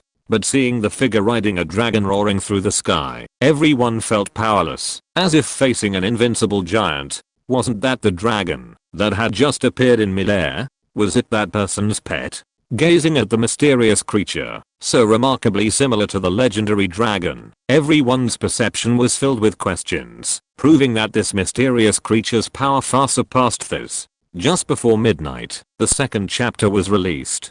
Fengsha finished these two chapters after returning to his hotel. Chapter 159. Strong men emerge one after another. Demons dance wildly. Liu Ming, whizzing through the air nearly 100 meters high, paid no attention to the observations of his old acquaintance beneath him. Instead, he focused his gaze on the approaching horde of monsters, including their strongest, the Horn Sphinx. As he neared the main battlefield, observing the situation mid-air and preparing to launch an attack, Liu Ming was unaware that his arrival had already thrown the military command vehicle into chaos. Is he friend or foe? This was the question swelling in the minds of all the commanders in the command vehicle. If he was a friend, everyone would be delighted.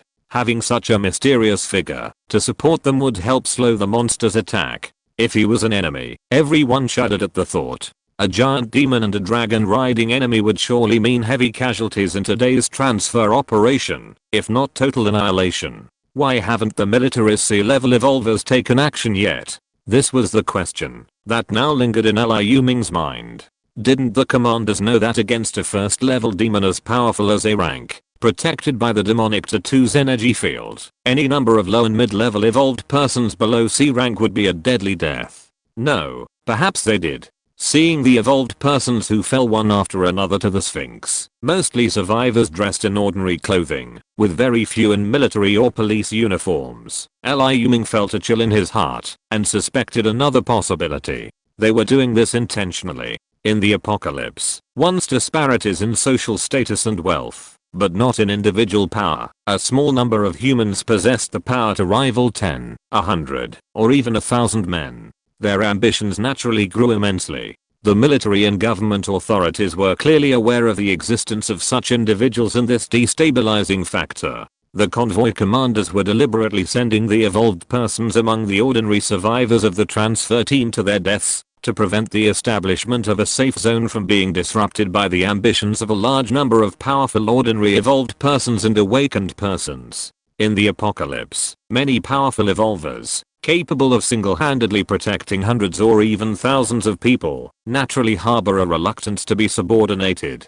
Their decision to relocate to the safe zone alongside the military and government may also stem from their ambitions to secure a share of the spoils, to gain a voice and authority within the zone. However, the vast majority of these ambitious individuals will perish in today's clash with the monsters. It's no wonder that after the safe zone's establishment, the military and government maintained a firm grip on life and death. It wasn't until a year later, with the establishment of various independent evolver factions, that the safe zone began to decentralize power. The real reason, it turned out, was that today, the first wave of ambitious individuals had been eliminated. While many remained, an estimated 80% would be eliminated in subsequent events. Ultimately, all non-military and government evolvers, unable to bear the oppression, formed their own factions and established their own strongholds. With this thought, Liu Ming's urge to rush in and hunt for A-rank sacrifices was temporarily extinguished, and he decided to wait and see, lest they end up like those ambitious individuals, eager to achieve greatness, who recklessly charged forward to battle the monster hordes, only to become paving stones for the safe zone's power and stepping stones for others. Don't underestimate his current C-rank evolver. Combined with Arfen's B-rank strength, he's significantly stronger than Ko Xianlong and other future peak 16ers, and possesses the aura of being the foremost in Wuling. Of course, this temporary title is self-proclaimed, but he knows full well that it's temporary, lasting only a dozen days or even a few days. Before long, B-rank and even A-rank evolvers will mushroom like mushrooms after rain. His advantage is only temporary. He's not entirely sure he can maintain his evolutionary speed ahead of the powerful military and political forces backed by the entire military and political establishment. Having made up his mind, Liu Ming and the winged claw dragon snake hovered in mid-air, watching from the sidelines as the horned sphinx slithered through the human convoy's defenses. Bang! After firing several rounds at close range, the first tank was knocked to the ground by the Sphinx demon. The tank shells fired directly at it finally shattered the Sphinx demon's demonic tattooed defensive field. The dark cyan field shattered like a thin shell casing, sending a wave of joy to the convoy commander, who watched from afar. The time has come. Charge. Following the command from the command vehicle, Ko Xianlong, Ni Kangsong, Li Kangxi, Chu Yesheng, and the others all emerged and charged at the Sphinx demon. 8 trigrams wandering dragon blade.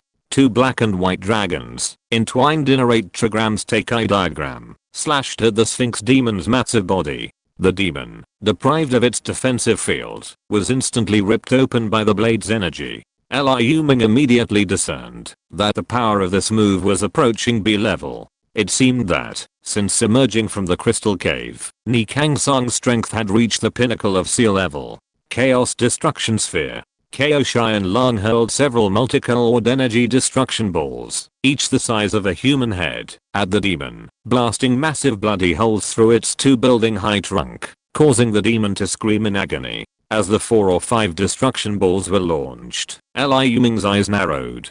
It was clearly not the elemental destruction balls he had seen so many times before, but the Chaos Destruction Ball, a unique skill of an elemental mage with even greater destructive power. The magical fluctuations emanating from Ko Xianlong's body reminiscent of Arfei, a B-level elemental mage. Unexpectedly, Ko Xianlong had reached B-level before anyone else. His reputation as Wuling's #1 was well deserved, but Liu Ming felt only a slight wavering in his heart. If he were to face this Wuling #1 right now, Liu Ming felt his odds of victory would be 9 times out of 10. Bang! A gunshot echoed across the battlefield, the loudness of the gun even surpassing the roar of a tank's main gun. Ouch. A bloody hole suddenly appeared in the neck of the horned sphinx, several times thicker than an adult's waist, and it screamed in pain. This was because the horned sphinx had sensed danger and twisted its body to avoid the fatal shot to its head, which would have otherwise exploded. As it cried out in pain, everyone's attacks returned. Seeing that the A-level demon was about to become an A-level sacrifice, Liu Ming was about to rush in to claim his share of the spoils when a colossal figure, no smaller than the Sphinx, rushed from behind the monster army. The first to arrive was a fallen demon from hell. Its 2 fleshy wings alone seemed to block out the sky, casting a shadow in the air that obscured 2 large buses. Seeing the attack of a demon from hell, clearly of equal power to the Sphinx, everyone's faces were grimacing.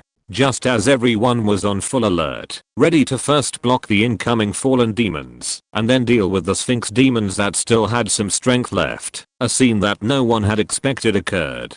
The fallen demons didn't attack the human convoy immediately. Instead, they stretched out their claw-like hands, covered in purple-black scales, and stabbed the already seriously injured demons. The demons, in a last-ditch effort, swung their giant axes at the demons, furiously engaging in a bloody battle with the fallen demons. Compared to the bewildered crowd, who didn't know why the monsters were killing each other, only Liu Ming, who was well aware of the long-standing hatred between the demons of hell and the demons of the abyss, took this bizarre scene for granted.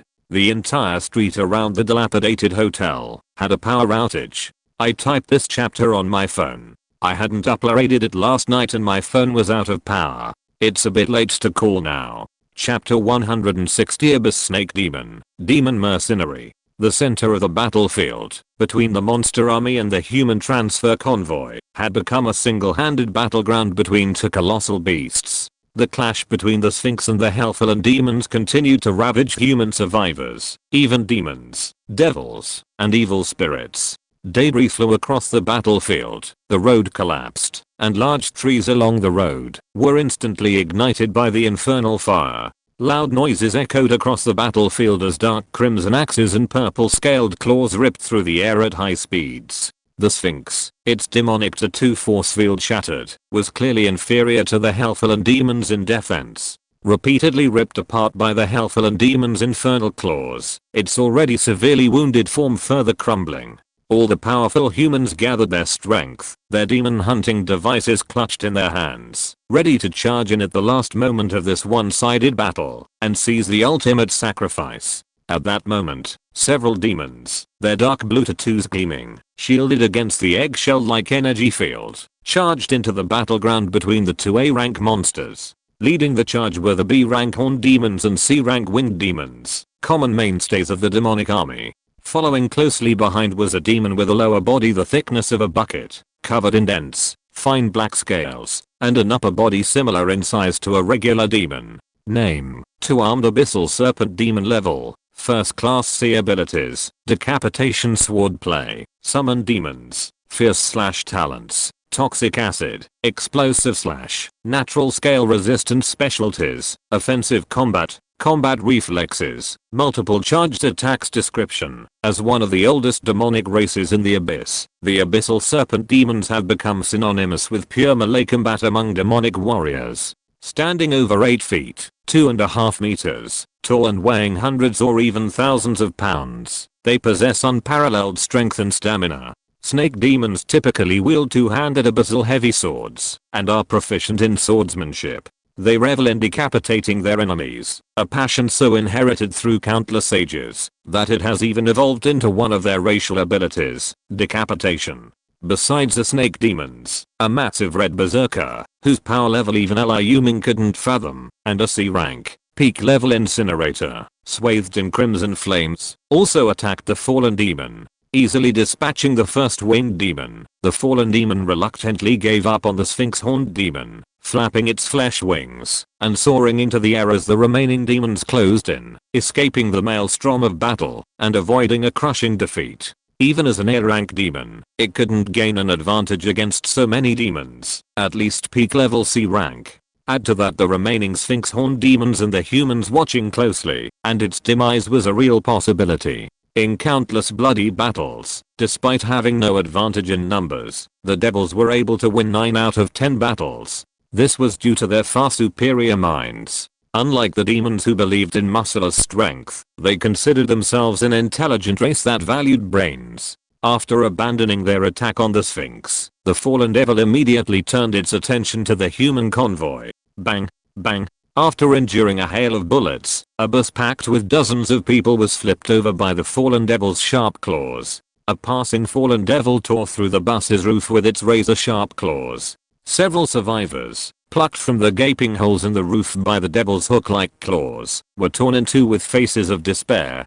GG. The hellish fallen devil let out a piercing scream like a night owl, turning its head to glance defiantly at the sullen-faced Xian Lang and the others. Then, at the moment of the incoming wave of hot weapons, it flapped its wings and leaped out of range. Xian Lang and Ni Kangzhang's attention had shifted away from the fallen demons, as the demons that had arrived to reinforce them were already engaged in a killing spree. Each demon, with a grim grin on their faces, attacked the survivors of the convoy, mostly ordinary men, like hungry wolves pouncing on a flock of sheep, and launched a frenzied slaughter. A two-armed snake demon wielded a 2-meter-long vortex sword with ferocious force, reducing all who tried to stop it to a pile of mangled corpses and severed limbs. Even 2D rank melee professionals who attempted to surround it couldn't withstand a single blow before being decapitated by the snake demon's sword. Seeing this, the powerful military and political figures who witnessed the scene directed murderous glares at the snake demon. The moment the vortex sword severed the head of a machine gunner, an alloy spear shot out from behind the snake demon like a venomous dragon, its tip aimed directly at the back of the incredibly powerful and ferocious monster. The snake demon's exceptional combat reflexes allowed it to quickly detect the incoming strike the moment the spear struck. The snake demon's mouth cracked, its maw yawning, its scarlet fangs extended. It gripped the hilt fiercely, and without a moment's hesitation, it swung its beheading sword into a full moon. The heavy sword didn't dodge or evade the incoming spear, its blade smashing directly into the spear's wielder, Li Kangxi, the spear's owner. At this moment, Li Kangxi's entire body was surging with silver grey primordial energy, his clothes rustling without the wind. His energy level had remarkably reached sea level. His spear, enveloped in silver grey primordial energy, transformed into a silver dragon, soaring towards the snake demon. But even an armored vehicle wouldn't withstand a few blows from the snake demon's heavy sword. Li Kangxi, having just evolved to sea level, might injure the snake demon with his spear, but the snake demon's sword would surely crush him to a pulp.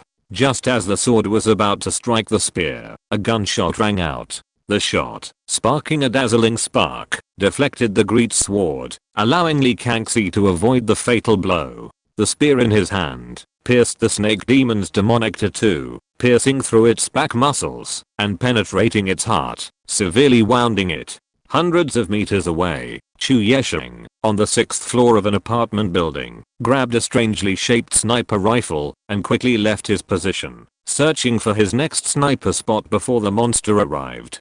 This was the reason Li Kangxi dared to face the snake demon alone. Chu Yesheng's sniper rifle was pointed directly in that direction. He knew Chu Yesheng's bullet wouldn't miss, and he wouldn't die. The snake demon roared frantically, after being pierced in the back by the alloy spear tip, turned his head, and opened his mouth, to spew a mouthful of highly toxic acid at Li Kangxi. Li Kangxi, who had been about to press his advantage, had no choice but to draw his spear and quickly duck to avoid the acid. The snake demon's eyes had turned blood red, the blood shot in them as thick as a lingering sea of viscous blood. Slash. It gripped its two-handed heavy sword, slashing at Li Kangxi with each blow. Li Kangxi had no time to rejoice in his recent victory. He felt the snake demon's volleying sword descend upon him like a torrential downpour, powerless to retaliate, and could only passively resist. Meanwhile, the other high-level evolvers from the military and political factions were also locked in a bitter battle, with no one able to come to his aid. As the saying goes, when misfortunes never come, they never come. Just as several high-level demons had already decimated the crowd, massive figures, blazing with black flames, approached the battlefield from afar. Leading the charge was the thorn demon Liu Ming, had encountered time and again, but this one was clearly different. It possessed 4 ferocious eyes, its eye sockets a ring of fleshy thorns. Its body was blood red, and instead of the 4 thorn whips of a typical thorn demon, it had 8, each covered in blood-stained thorns. 4 piercing thorn demons. Liu Ming, who was currently cooperating with Ah Fei in a show of strength against a C-rank burning flame demon, muttered to himself as he saw the approaching demon. This was an evolved form of the Thorn Demon, a secondary evolution of the Blood Thorn Demon, the main combat unit of the A-rank demons. Seeing the third A-rank monster appear, Liu Ming's men slowed down their movements, and he directed the winged claw dragon snake to act, as if it was about to be defeated by the burning flame demon. The greater the strength displayed in the monster army, the more powerful monsters would target them. Faced with 3 powerful A-rank monsters, Liu Ming was naturally not foolish enough to attract hatred and seek death.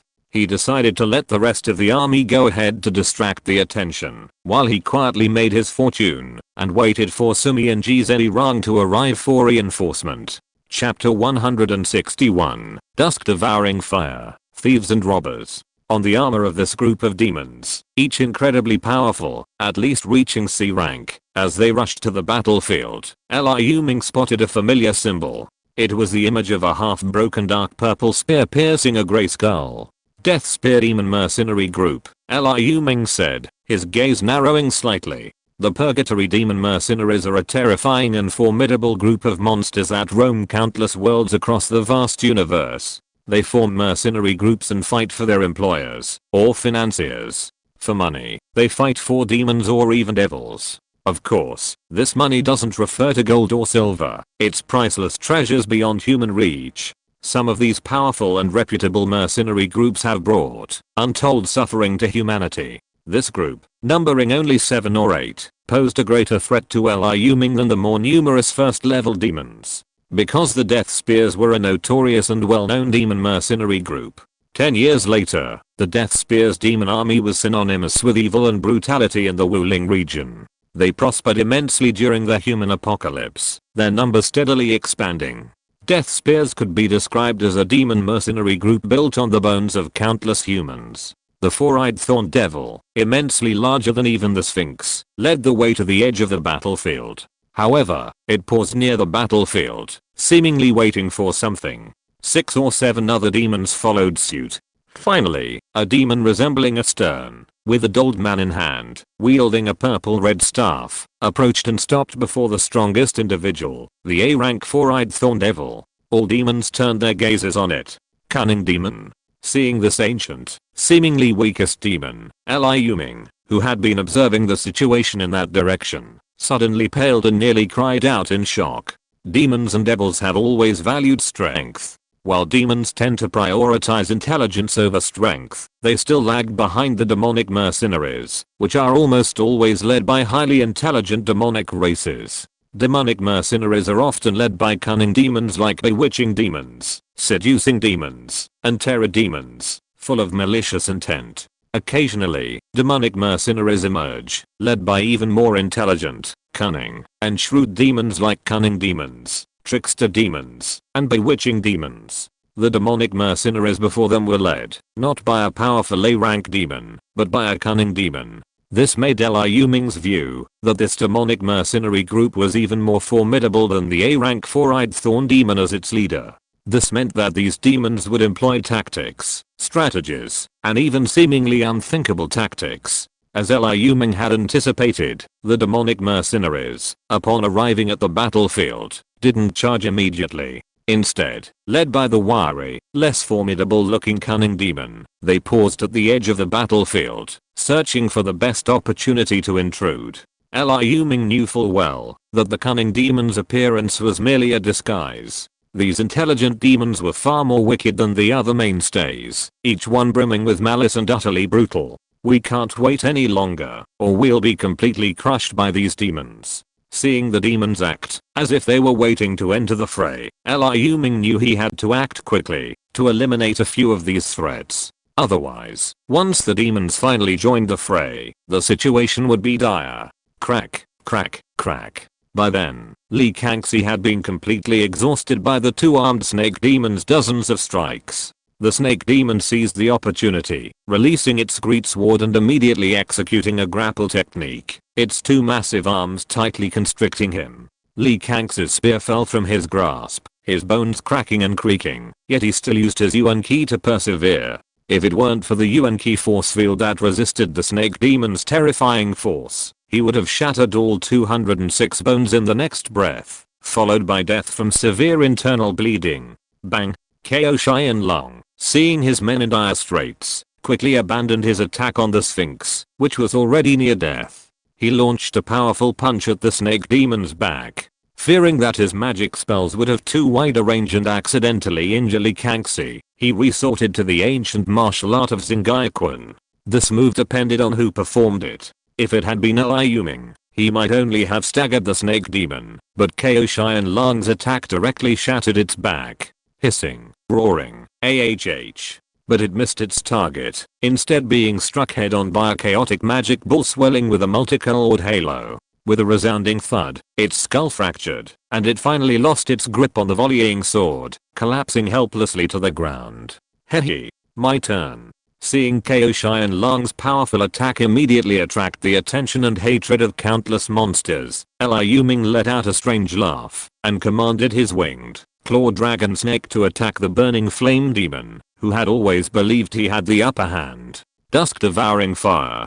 Seeing the burning flame demon still blazing and spewing abyssal fire at him, Liu Ming commanded Arfei to unleash his signature dragon fire. Under Liu Ming's command, the demon stretched its neck and howled, and a dusk-like, Blazing yellow flame erupted from its winged, clawed dragon snake's mouth. Like a torrential flood sweeping through a puddle, the yellow flames enveloped the burning flame demon's crimson flames. The yellow column of fire sent the burning flame demon flying backward, creating a crater several meters deep in the ground. In the twilight's devouring fire, even the ground was completely crystallized, some rocks practically melting. The burning flame demon within didn't even have time to scream in agony like the snake demon before being reduced to a charred corpse, a death beyond death. This was due to its exceptionally high resistance to fire. Otherwise, not even a charred corpse would remain.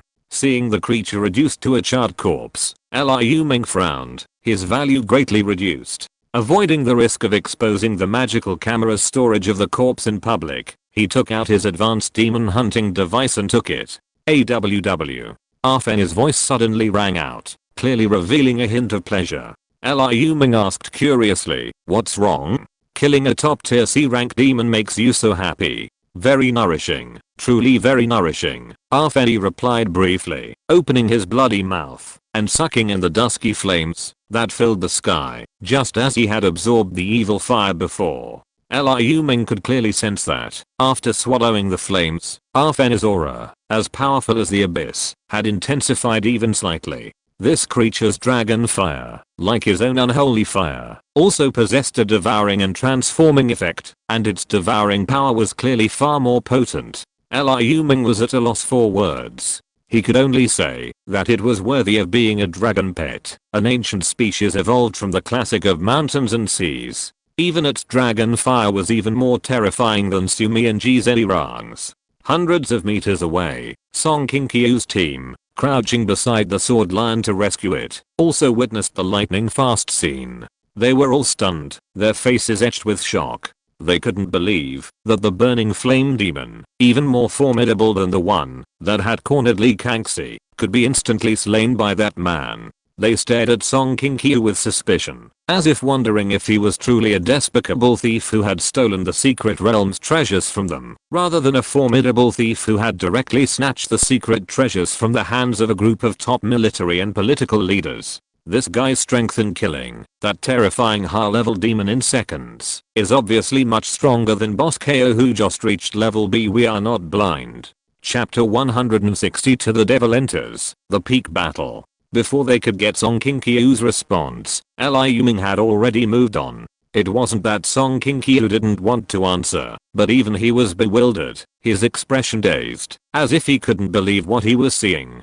This dragon of his? How could it be so powerful? And weren't his pets a tiger-like beast and a giant lizard? And Liu Ming obviously couldn't explain his doubts. The next thing Liu Ming targeted was the C-rank abyssal winged demon, a pinnacle creature capable of only a single head-on confrontation with a fallen hell demon.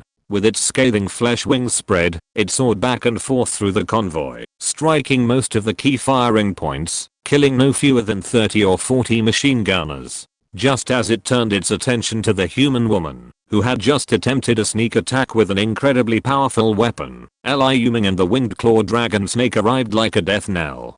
Damn it, we missed. This guy's reflexes are too strong. Let's go. Chu Yeshan cursed in a language completely belying her beautiful appearance, and hurriedly moved her sniper position with her observer, Chang Len. Big sister, it's coming. The observer, observing the situation as he ran, cried out in shock as the winged demon soared towards the rooftop where they were standing. Seeing her follower, Chang Len, still frantically fleeing towards the rooftop gate, still dozens of meters away, while the winged demon drew ever closer, it was clear there was no escape.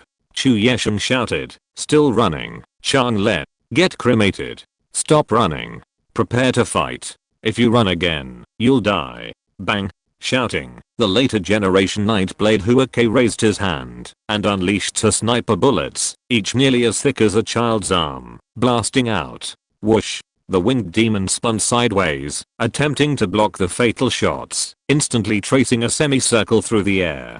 In a flash, it executed a contortion beyond the limits of the human body, yet it was still a fraction of a second slower than 2 bullets fired at close range within 100 meters. It dodged only one of the bullets, only to be pierced with a thud by the other bullet, which pierced the tip of a fleshy wing. Roar. This minor injury clearly had little effect on the winged demon, at most reducing its speed slightly. But the winged demon charged forward with even greater fury. Seeing the blood-red murderous intent thick in its eyes, Observer Chang Le felt a chill in his heart. He knew he might actually be returning home today. He felt it was wrong to travel so far to join the army. It was a joke that a meager revolver, barely any rank, and a C-rank ranged specialist could face a demon with terrifying melee prowess. Damn it, I'll die, and I'll sacrifice my life for my country. With that roar, his aura suddenly bolstered, and at least the hand holding the submachine gun stopped shaking. Whoosh! Before Chu Yeshan could fire a third shot, the winged demon's flapping wings unleashed a powerful blast of air, barreling towards them. Da-da-da. Chang Le squeezed the trigger frantically, his submachine gun unleashing a volley of fiery snakes. But with a clanging clatter, the winged demon's dark sign demonic tattoo force field blocked the bullets, like bullets hitting steel, not even enough to tickle an itch. Bang! As the winged demon parried the submachine gun's blast, Chu Yeshan seized the opportunity to fire another shot straight at its head. This sniper bullet, fired from within 10 meters, gave the winged demon only time to turn its head before piercing most of its shoulder blade with a sizzling sound. Half of its shoulder exploded, shattering into fragments of bone and flesh, leaving it looking utterly miserable. But this single shot seemed to be Chu Yeshan's last, as the winged demon's claws, gleaming with a cold gleam, clad in black scales, slashed towards her head, and the next moment, the scene of its body being torn apart was about to unfold. Boom. Just as Chu Yeshan had time to swing her sniper rifle across her body to block the fatal blow, a heavy powerful collision echoed in front of her. A familiar figure appeared, barely half a meter away. She could even smell the stench of sweat from the man she'd shared a roof with just 2 weeks ago. Liu Ming? She called out in shock. Foolish woman, be careful. You're not going to die just 10 days into the apocalypse. Liu Ming replied indifferently. Suddenly, he exerted force, sending the winged demon stumbling as its claws clashed with his molten hands. Crack.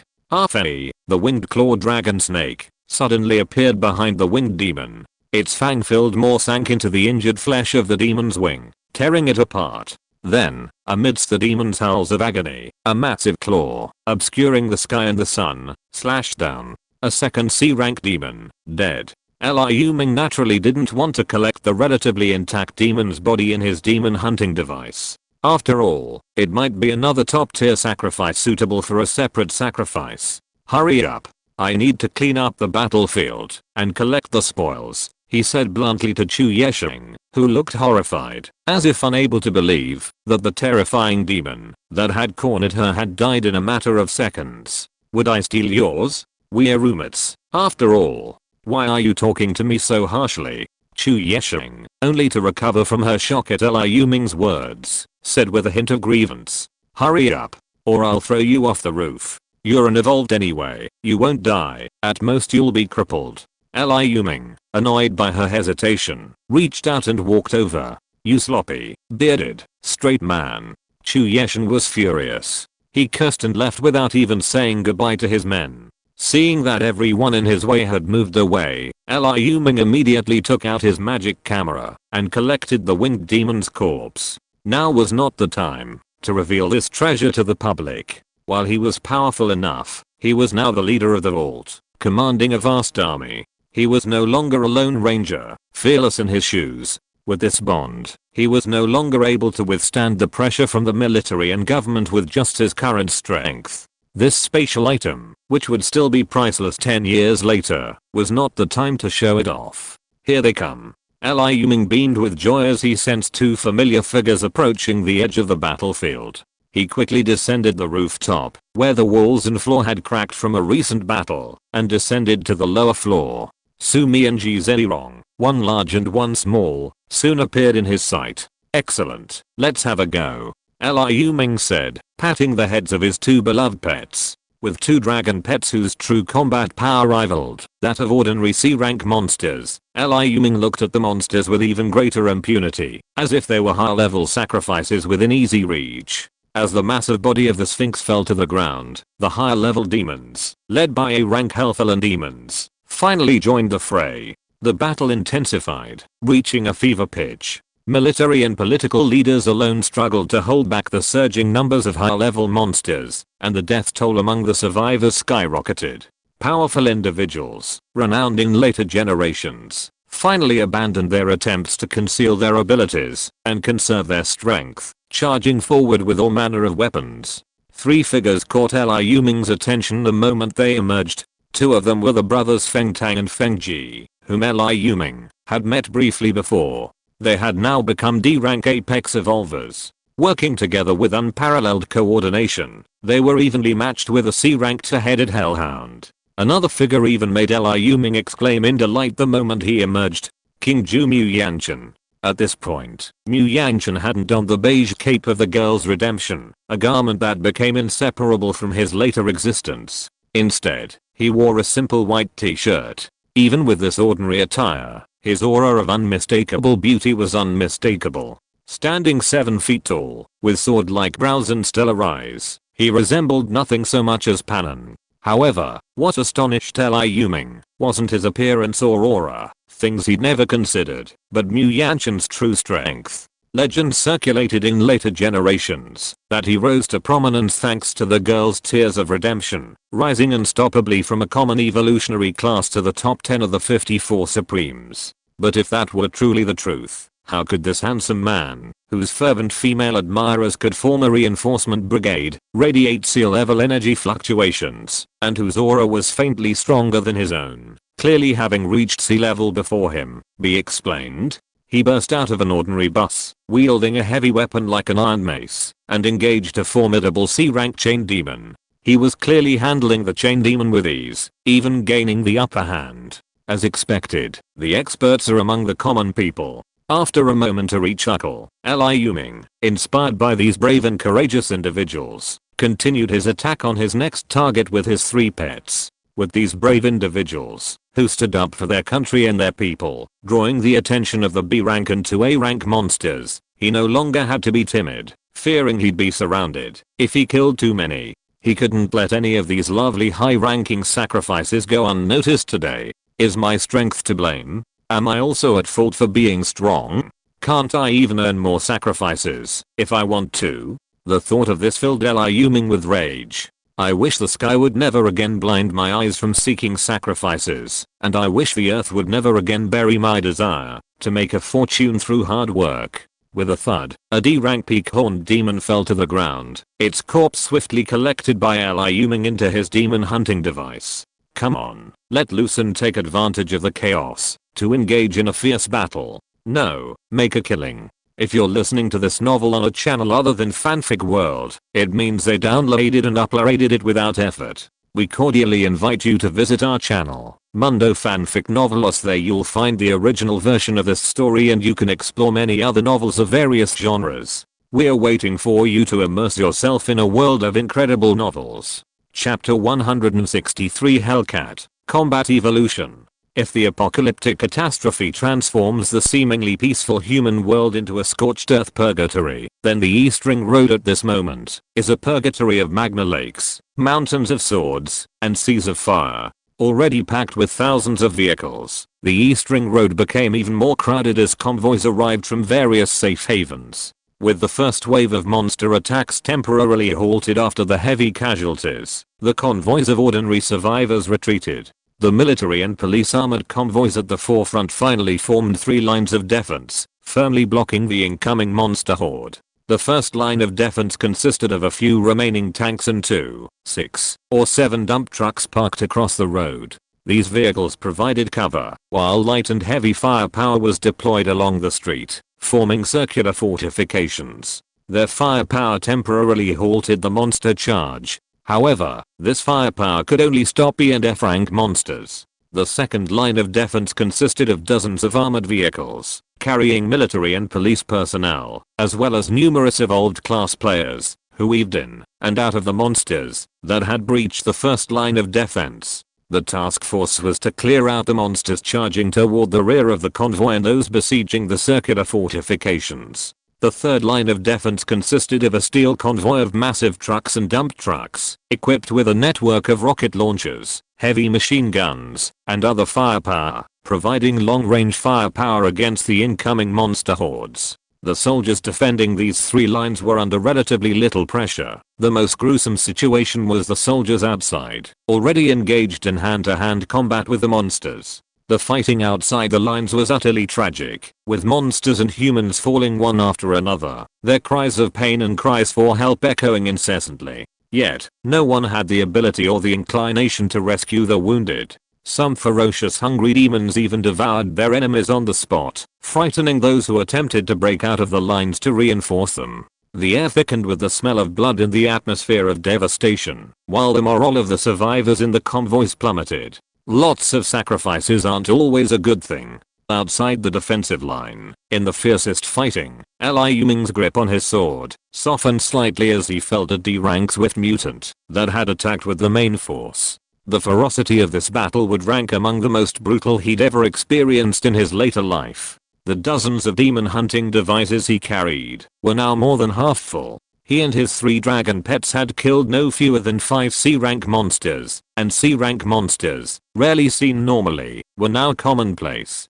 His only regret was that none of these C-rank monsters had the attributes suitable for his dragon pet's evolution. Otherwise, he could have extracted and converted a portion of their evolutionary blood to allow Sumi and Zilirong, who had been stuck at C rank, to evolve. Sensing his stamina was running low, Liu Ming knew he had to slow down his attacks. If he continued fighting at this intense pace, he would either be killed or exhausted. Hunting monsters with his 3 conspicuous dragon pets had already attracted considerable attention, and no one knew what would happen if he truly ran out of energy. Having made up his mind, Liu Ming began to scale back his attacks, no longer targeting C-rank monsters. But just because Liu Ming wasn't targeting C-rank monsters didn't mean they wouldn't come to provoke him. A ferocious, dark purple demon cat leaped from a roadside building and pounced on Sumi, who had just casually killed a corrupted acid lesser demon 100 meters away from Liu Ming, only to be injured by the acid spray.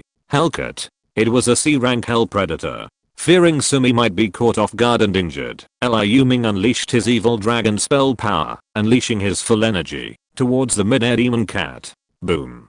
The evil dragon spell power only traveled a dozen meters and, as expected, didn't hit its target. It exploded instantly, as if it had struck something. The blast dissipated, and a massive humanoid monster, clad in purple patterned half-plate armor, emerged from the explosion, its exposed muscles as hard as steel.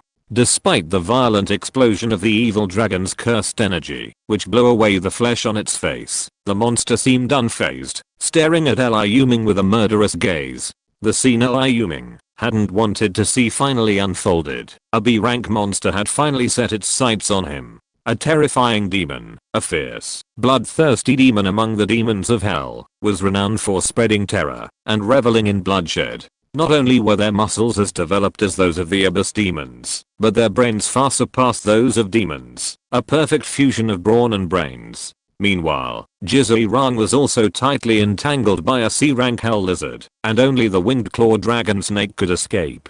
Arfei, kill it! Liu Ming shouted, pointing at the Hellcat, which had already knocked Sumi to the ground with a sneak attack. Whoosh! The winged claw dragon snake swept up in a cloud of air and sped away. The terrifying demon's mouth cracked into a sinister grin, its face, its flesh ripped apart, looking even more terrifying under that smile. Then, it bent its legs slightly, and with a sudden, gathering strength, it leaped over 10 meters high. Bang! Two massive hands, as broad as palm leaf fans, grasped the flying dragon snake's tail and swung it with all their might, sending it crashing to the road. As if struck by a heavy aerial bomb, the asphalt cracked dozens or even hundreds of meters beneath the dragon snake's body. You're looking for death. Liu Ming's primal energy seethed, and black transparent flames shot up several meters high. A tyrannical aura enveloped him. He swung his Jufeng warblade high, slashing at the terrifying demon. Clang, clang, clang, clang, clang, clang, clang. The terrifying demon, relying on its sturdy, gauntleted arms, clashed with Liu Ming's blade for over a dozen blows, appearing effortless and unscathed. Instead, Liu Ming, whose blade was fierce, felt the constant shock of his own hands. His knuckles had been torn, and blood trickled down his wrists and elbows. Meanwhile, Sumi's situation was precarious. The Hellcat's claws gripped Sumi's head, its jaws poised to bite.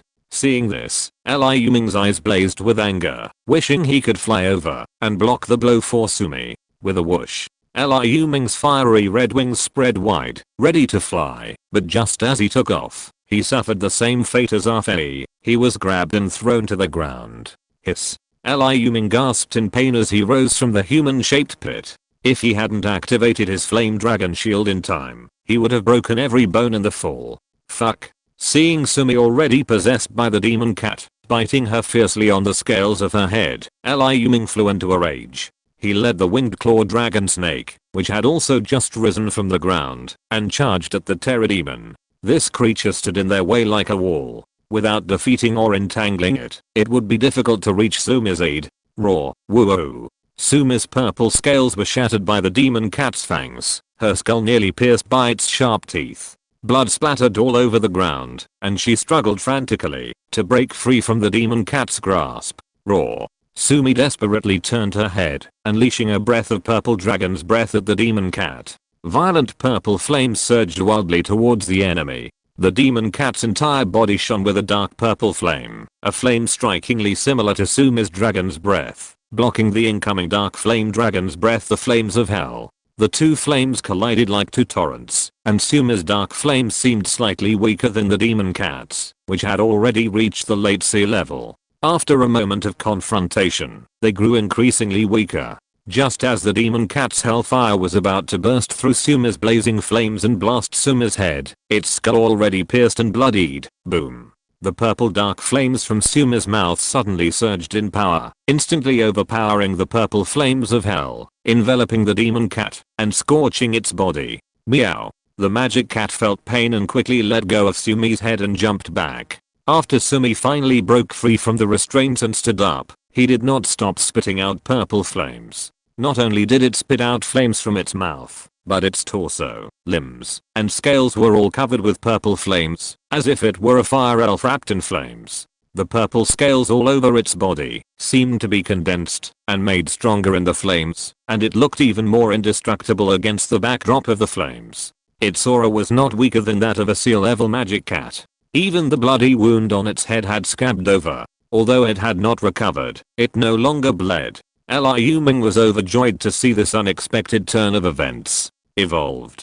Chapter 164. Invincible Peerless Sharpness. The Hellcat, 3 times thicker than a bull, suddenly felt a pang of fear as it broke free of its restraints and advanced steadily towards it. However, it then realized that the other cat's aura seemed even weaker than its own, so it calmed down and prepared for a fight. When Sumi was only 30 or 40 meters away from the Hellcat, while the cat was still summoning hellfire, she transformed into a dark purple lightning bolt, piercing the air. Swish. 2 crisscrossing purple claws slashed across the cat's torso. A cross-shaped wound suddenly appeared on the terrifying hellish predator's back, clinging to purple flames. As soon as the blood splattered, it was evaporated by the intense heat of the flames into a blood-red mist that dissipated into the air. Sumi, returning to her original position as a lightning bolt, shook her large claws, and the purple flames finally extinguished. The blood on her claws also dissipated into a crimson vapor. On her bitten face, Sumi extended her large tongue to lick the wound, causing a sharp, stabbing pain to resonate in her brain. A wave of furious energy rippled from its body, and a murderous flame, tangible in its intensity, lunged at the demon cat, intent on slaughtering the abominable creature. The demon cat's wounds had already been seared by the purple flames. Seeing the renewed onslaught of flames and the ferocious look of the strange cat, its first instinct was to turn and run. Before it could get far, a red figure suddenly appeared in front of it, flapping its crimson wings, and soaring towards it, blocking its path. With a wave of its hand, several jet black tokens struck it head on, sending it sprawling with explosive bangs. This was Liu Ming, having freed himself from the demon's obstruction, and arrived to reinforce it. The terrifying demon was now entangled in the winged dragon snake, unable to move. The dragon snake, Fei, was still furious and rampaging after being caught and hurled away in midair. It was clad in inky black armor, resembling a giant armored steel dragon. Its body, originally 50 or 60 meters long and the thickness of a van, had grown several times larger, resembling a train soaring through the sky. It soared through white clouds, occasionally lashing out at the terror with its tail. Combined with its sun-blacking claws, larger than a pickup truck, and its dusk-devouring fire, which even the terror feared to withstand, it crushed the terror into retreat. Seeing this, Liu Ming rushed to Sumi's aid. The terror tried to intervene, but the dragon's tail whipped it, sending it spinning backward like a top. It could only watch helplessly as Liu Ming attacked its kin. Sumi's purple flames missed, and seeing the Hellcat intercepted by its master, it transformed into lightning and attacked again. Rip. 2 more lightning-fast claws slashed through the demon cat's body. This time, the phantom claws tore through the demon cat's neck. Half of the hell demon cat's neck was ripped apart by Sumi, and dark purple blood mixed with blood splattered out from the gaping wound. Ho ho ho. Its throat completely ripped apart. The demon cat couldn't even scream, only making strange cries.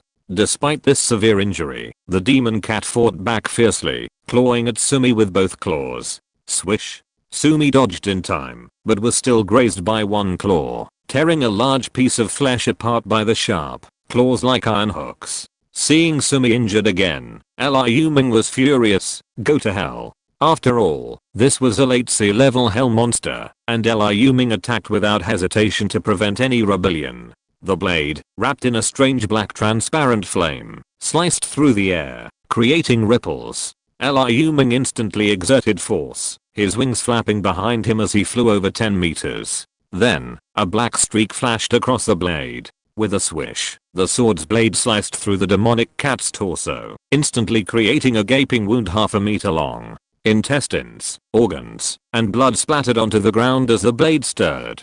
Sumi attacked again, and with a resounding thud, its claws crushed the demonic cat's head. Standing before the demonic cat, a body the size of a large off-road vehicle, Liu Ming's eyes flashed with a strange light. Having just used the sword's indestructible power, the sight of the monster's corpse sent a surge of desire and greed through the blade in his hand. This sword was merely a 1-star grade divine weapon. The reason it remained his constant companion was not only because of its unique, top-tier divine attribute, but also because it was indestructible. In other words, as long as he used the sword in battle, he never had to worry about it being damaged. At least the absolute blade, having fought dozens of battles with him, hadn't even a scratch on its blade. This alone was a testament to its exceptional quality. Many of his subordinates possessed divinely blessed weapons of 2 or even 3 stars, but they all suffered damage in battle. After all, weapons wear out, otherwise there wouldn't be a profession called weapon repairman. As long as the absolute blade remained as flawless as it had been when he first acquired it, its reputation for unparalleled sharpness diminished as the enemies he encountered grew stronger.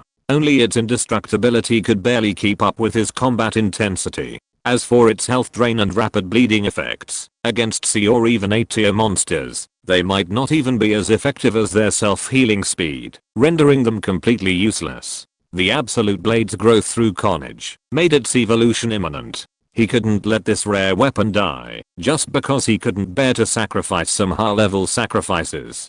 Low-level sacrifices simply couldn't sustain its growth. He had already alerted Devour and even D-tier monsters numerous times, but with little effect. It still couldn't progress past the level of a 2-star weapon. With this in mind, Liu Ming plunged the tip of his absolute blade directly into the demonic cat's body. Devour, absorb. If you can't evolve, I'll smash you into scrap metal. A strange gurgling sound, like a human drinking water, emanated from the absolute blade. The demonic cat's fur dimmed visibly, and its body shriveled. However, red veins continuously appeared on the blade, spreading like blood vessels towards the hilt. Soon, the absolute blade transformed into a terrifying, vein-wrapped demonic blade. Hiccup. Liu Ming sensed that the demonic cat's energy fluctuations had completely dissipated. The C-rank monster's corpse had become a worthless sacrifice. Then, the absolute blade emitted a sound like a full stomach, and the blood-red veins on the hilt and blade rapidly faded. As if a suction force were drawing the absolute blade to him, it flew out of the demonic cat's body, landing with a crisp snap into his palm. Absolute blade, great 2-star, top rare, unique. Ju Feng has finally evolved. Liu Ming waved his sword with satisfaction and sighed softly. The evolved Zhu Feng's blade was no longer a silvery white, but instead had a mysterious black line that had previously only appeared when activating its indestructible power. Whenever Liu Ming swung Zhu Feng, the air it passed through would be pulled by the black line into a dark, shimmering light, and the air would make a ripping sound like cloth being cut. It's really gotten stronger. Although he hadn't yet specifically tested Zhu Feng's sharpness, Liu Ming was certain it was far sharper than before. Inserting Zhu Feng into the leather sheath, Liu Ming looked at Sumi, who was guarding him eagerly and licking her wounds beside him. He felt guilty for forgetting his beloved Sumi's injuries in order to improve Zhu Feng's evolution.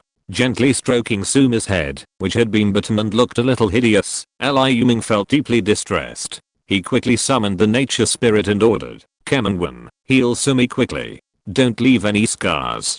Chapter 165. Who is coming? The final success or failure. With Liu Ming's relentless instructions, and finally, thanks to the combined healing power of the handsome old heroic spirit's tranquil light and the crown of nature, Sumi's injuries healed completely. Not even a scar remained, much to Liu Ming's satisfaction. Just as Liu Ming was about to let Kemenwen return to the heroic spirit dimension, Jizarong, a body the size of an Suv, staggered towards him. Blood splattered the ground as it passed. Not only did it arrive on its own, but it also dragged the corpse of the hell lizard it had just battled to death and placed it before Liu Ming. Its ultimate D-rank strength, defeating this much larger monster, had naturally come at a heavy price, as evidenced by the tangled wounds and bloodstains covering its body. Kemenwen, heal Jizarong. Liu Ming suddenly felt a twinge of pain and a pang of heartache. He hadn't expected the usually cunning Jizarong to fight to this extent today. Was it time to finally wade through this muddy water? The gains had far exceeded expectations. Was it time to call it a day? But upon seeing the demon mercenaries already entering the battlefield from the edge, he instantly decided to stay. For you, Jizarong, one last fight. Liu Ming stared intently at the demon mercenaries, who, like a sharp knife, pierced the convoy's defenses and charged directly to the rear. More precisely, he was staring at one of the demons. A B-rank heavy rock armored demon, an earth attributed demon. This creature perfectly matched Jizarong's attributes, boasting a high B-rank energy level. If the bloodful transformation and evolution could be successfully extracted, Jizarong would surely evolve to C rank.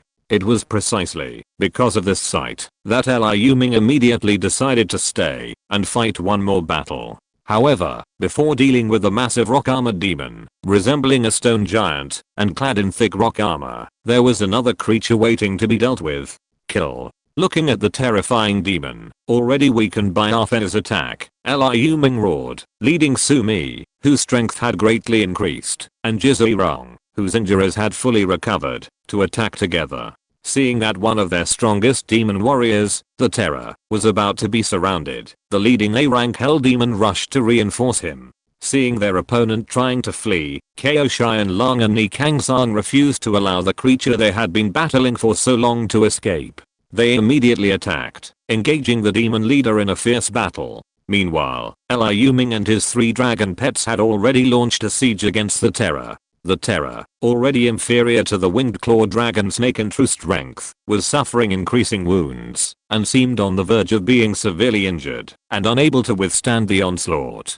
The demon let out a long roar, flapping its wings, creating a hurricane. Then, using the hurricane's powerful thrust, it charged towards Liu Ming like a cannonball. Sun-blecking claw, elephant devouring. Watching the A-rank demon charging, Liu Ming felt helpless. He knew that his attack on the Terror had earned the demon's hatred, but now he could only rely on Arfei, the strongest among them, to hold off the enemy. Arfei lashed out with a claw that obscured the sky, slowing the onrushing giant's attack. However, the fallen demon's flying strike was no match for Arfei. The remaining immense force continued unabated, surging towards the dragon snake. The dragon snake opened its maw, revealing a faint dark circle in its center. The circle slowly expanded and flew out of its mouth, blocking its path like an invincible abyss. The fallen demon's purple energy attack and its force vanished, as if mired in a black mire. Arfei, remaining unscathed, appeared composed and at ease. Seeing the remarkable effectiveness of Arfen's elephant swallowing ability, Liu Ming exclaimed in delight. Hahaha, excellent. By then, the first A-rank monster to appear, the Horned Sphinx, had been slain. The fallen demon and the four-eyed thorn demon were the greatest threats to the convoy, leaving everyone watching them stunned. The evolved, who they had assumed was destined for certain death at the hands of the fallen demon, had actually been able to deflect the demon's attack thanks to a mysterious dragon-like creature. A group of senior commanders, observing the battle outside the central command vehicle through electronic screens, gathered together, discussing the scene. Who is he? How come I didn't even know about this person in Wuling? Colonel Chu, who had just ordered Song Qingqiu's dragon pet to its death, exclaimed in astonishment. This individual's demonstrated comprehensive strength rivaled that of Ko Xianlong, the foremost expert cultivated at the cost of countless military and political resources. One of the middle-aged men, his eyes gleaming golden, bore a golden mark between his brows, resembling a vertical pupil. This mark now shone with golden light. Amidst the golden light, a holographic image of the outside world, composed of light and shadow, appeared on the electronic screen, allowing everyone to see it more vividly. Watching the holographic projection emerge, the middle-aged man slowly answered the Supreme Commander's question. Who he is isn't important. What matters is that he's the biggest variable today, and clearly a variable that benefits us. As long as he stays with the convoy, the safety factor of this transfer operation will be significantly increased. This statement garnered unanimous agreement from everyone. Had Liu Ming been present, he would have immediately recognized this middle-aged man with striking features. One of the 16 peaks, Observer Xianen. A second awakened brain capable of observation and recording. He held the title of Observation Eye, a high-level professional known as a humanoid optical brain. In terms of sheer power, this man was undoubtedly at the bottom of the Wuling 16 peaks, but even Ko Xianlong, the leader of the 16, wouldn't dare claim to be more important. Not only was the awakened ability of an observer related to observation and recording, but the profession they transitioned to was the extremely rare Observation Eye. As the name suggests, its specific purpose became clear. Despite Observer Xianen's limited strength and combat prowess, the numerous battles he commanded established the Wuling safe zone as a resilient leader amidst the monster-infested and perilous Wuling region. He was arguably the Wuling safe zone's highest military commander and chief of staff. He also single-handedly planned and developed the safe zone's infrastructure, transforming a makeshift refugee camp into the largest city in the Wuling region, where human civilization continues. Old Shan, what do you think of his abilities? Colonel Chu, known for his ruthlessness towards everyone, addressed Xianen with a warm and friendly expression. Xianen hesitated for a moment, then, after observing him for a while, said with some uncertainty, he seems to be dual-classed in melee, combat and beast taming. Absolutely impossible. You and I both know dual-classing is impossible. Everyone can only have one class. Colonel Chu firmly dismissed Xianen's conclusion.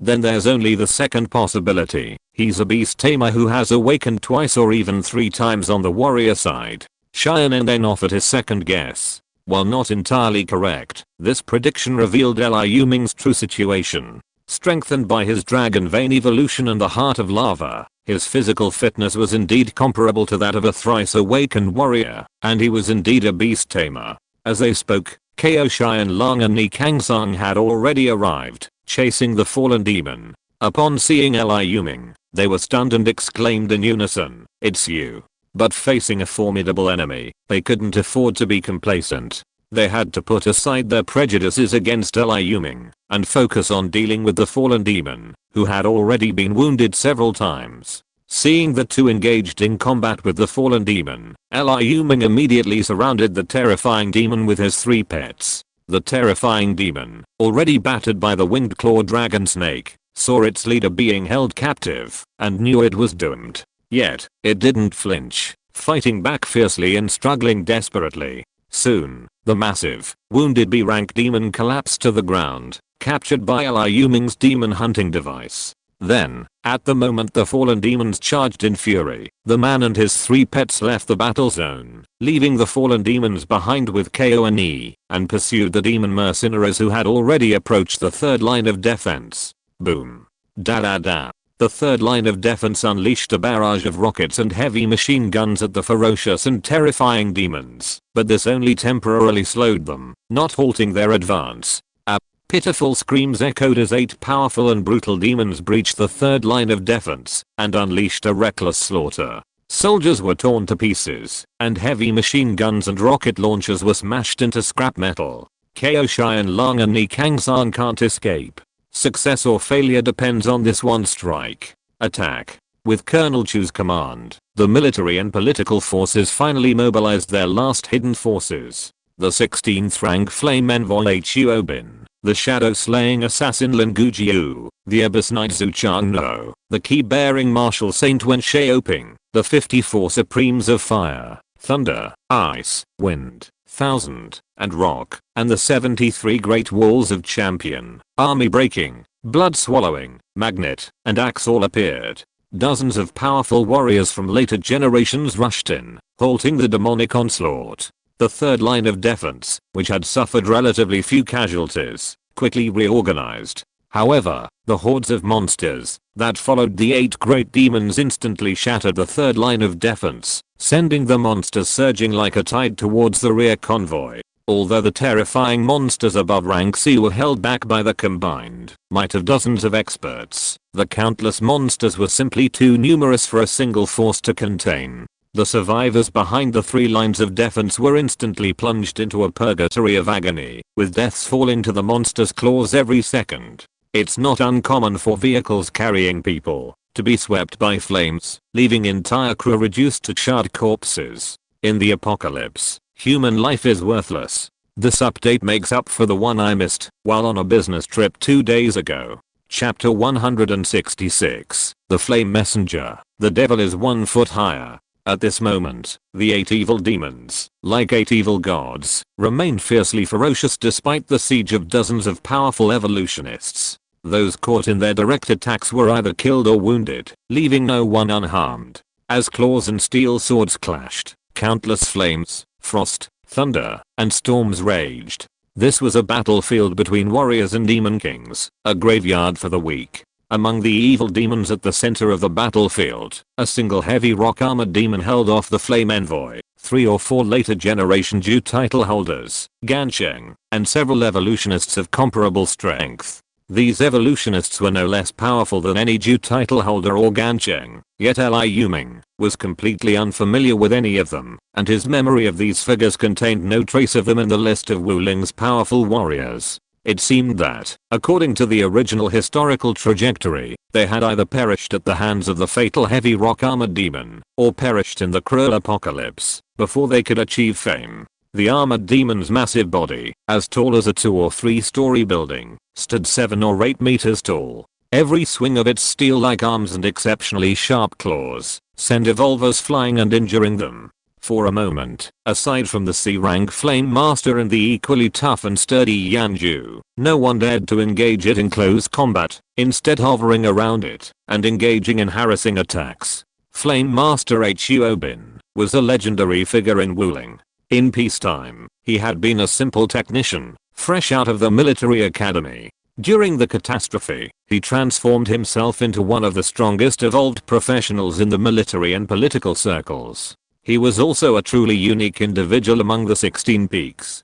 During the catastrophe, he transitioned from a fire elementalist to the intermediate Flame Master, and even 10 years later, after becoming a 7th rank legendary saint, he remained a mid-level Flame Master.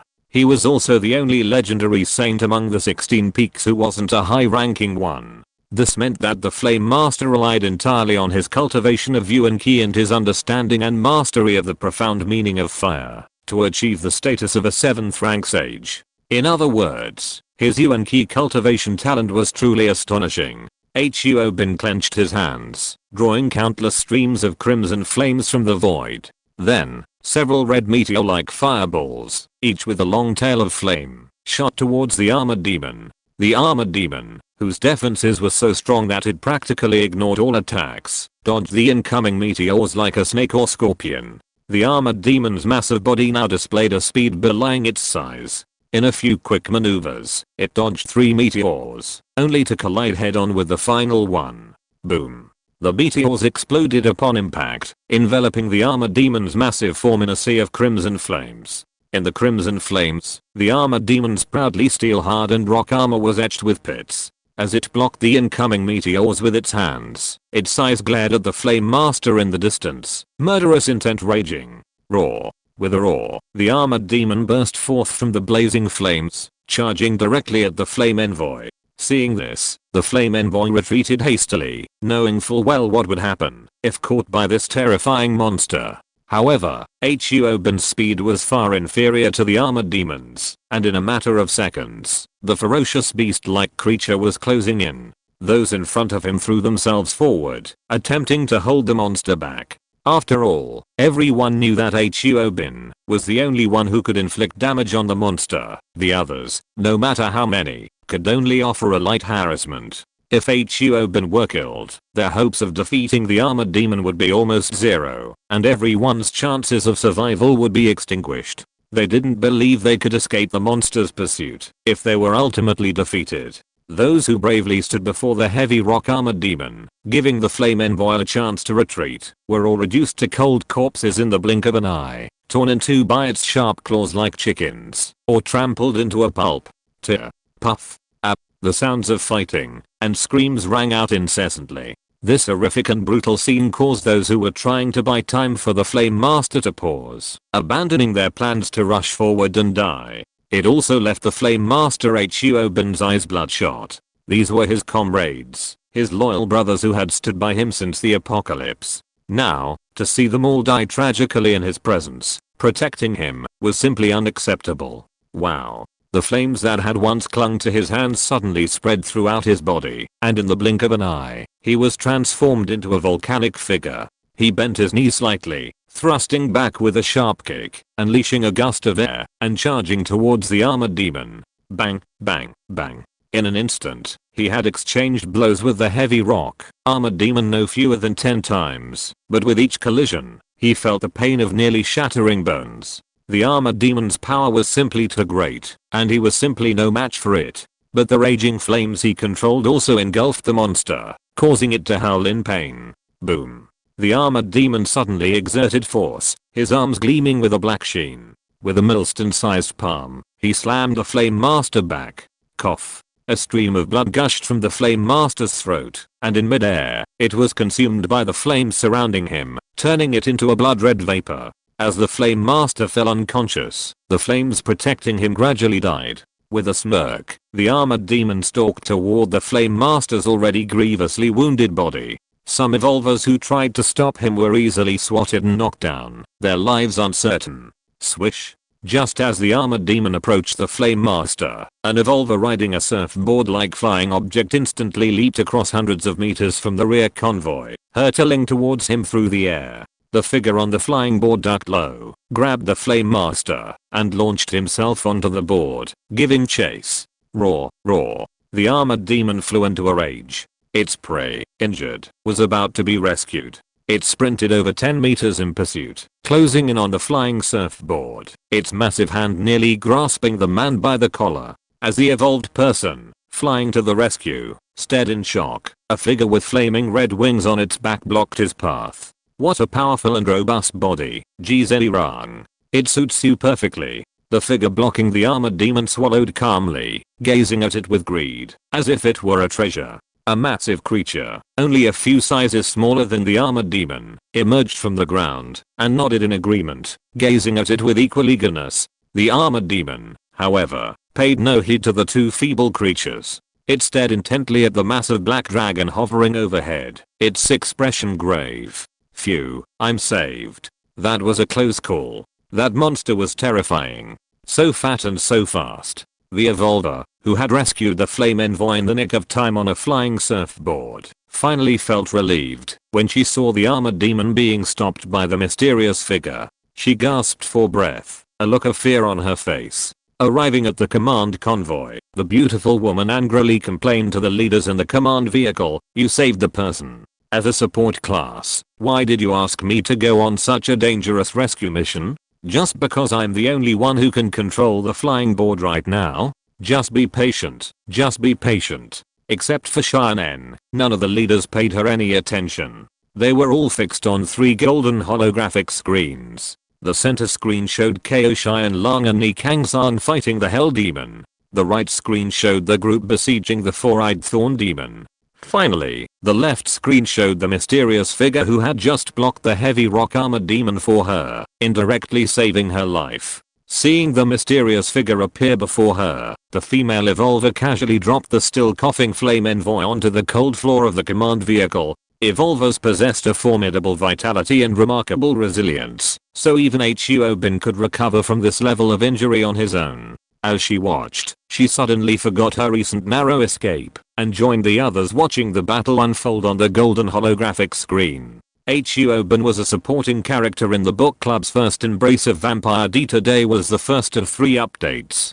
Chapter 167, Shooting Oneself in the Foot, Devoured by Fire. Having just vanquished a terrifying demon, no less powerful than the heavy rock-armored demon before him, Liu Ming remained calm and composed, showing no sense of urgency in the face of a formidable foe. He focused his attacks on the winged claw dragon snake, while roaming on Zeddy back, periodically blasting out evil dragon spells and high-level crimson rays to disrupt the armored demon, creating openings for Sumi and Arfei to attack.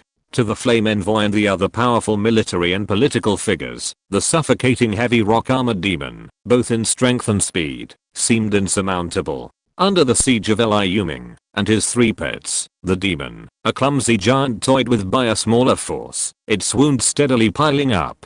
The scene stunned the command convoy, seemingly unable to believe that the monster their men were dealing with was the same one the mysterious man before them was dealing with. Is this a disparity in strength? Are that man and his 3 pets all B rank? A voice asked bitterly, but before he could speak for long, another, commanding voice denied his claim. Colonel Chu took a deep breath and spoke slowly with a serious expression and tone. That dragon-like creature should be a B-level creature, but he and the other 2 creatures are no more than C-level. This is by no means a gap in strength, but a gap in combat skills and tactics. The combat tactics we have developed and trained in peacetime to deal with hot weapons warfare are obviously no longer applicable to this era. If we don't change, you and I will be ruthlessly eliminated by the times, and the survival of tens of millions of people will be in jeopardy. After Colonel Chu, the commander of the Wuling military sub-district, spoke, Observer Cheyenne followed closely and said, the commander and I basically agree.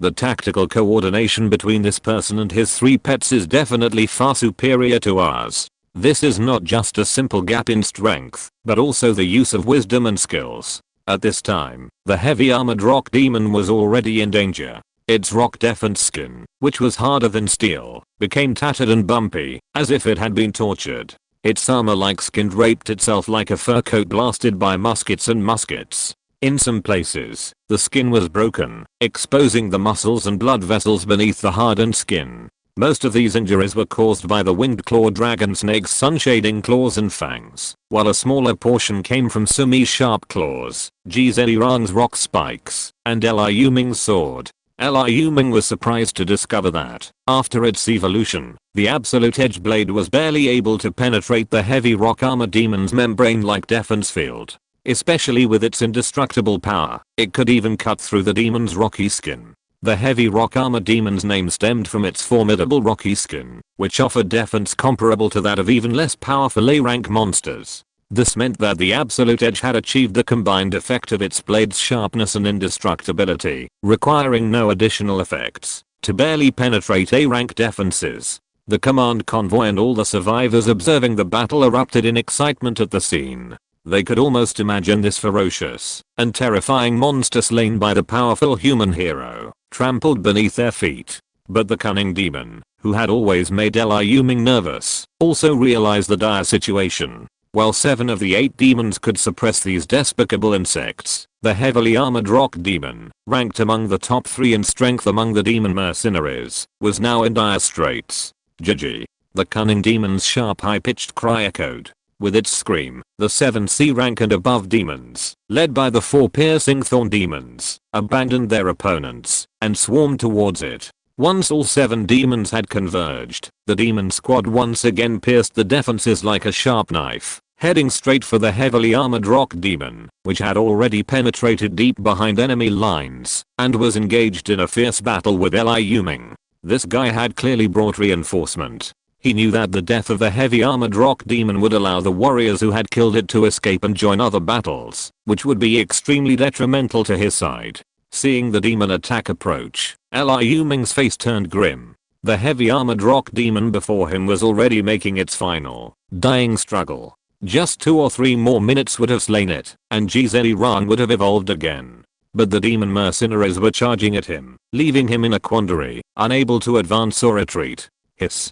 Just as Liu Ming was in a dilemma, a shrill scream rang out. Ko Xianlong and Ni Kangsong, outside the first line of defense, finally seized this fleeting opportunity to kill the hell demon after Chu Yeshan's shot had pierced half of its fleshy wing, slowing it down and momentarily preventing it from reacting. The scream was the demon's final wail before its death. Come on. Seeing the demon lying dead, Liu Ming finally made up his mind not to retreat. As long as they could hold out until Ko Xianlong and the other two arrived for reinforcement, their chances of defeating this isolated group of demonic mercenaries were extremely high. Most importantly, the opportunity for Zeri to evolve was right before his eyes, making it hard to pass up. If these two didn't come to reinforce because of the previous incident, then great. He would leave immediately without any regrets. The heavy casualties suffered by the command convoy in the rear were not his fault. Quick victory. Having made up his mind, Liu Ming immediately led his 3 dragon pets to full fire, striving to quickly eliminate the armored demon before him. Hundreds of evil dragon spells and scolatrays blasted out simultaneously, and pillars of flame wrapped in molten lava also blasted towards the armored demon. Sumi's dark flame breath and purple flame dragon tail, Zeri's 3-colored dragon breath and earth spear ox spikes, Arfen's dusk devouring fire and Inksea poisonous mist crashed into the armored demon's body like a torrent of energy. Roar. A howl, like that of a desperate beast, echoed from the center of the energy attack. The armored demon's once immensely powerful life force rapidly waned, but a tenuous yet seemingly unbreakable layer of resistance remained, blocking the devastating destructive energy. Just one straw was missing to break the camel's back. In a flash of thought, a pale flame mark appeared between Liu Ming's brows, radiating endless heat. The flame mark suddenly erupted with countless pale flames, ultimately converging on the blade of his absolute blade.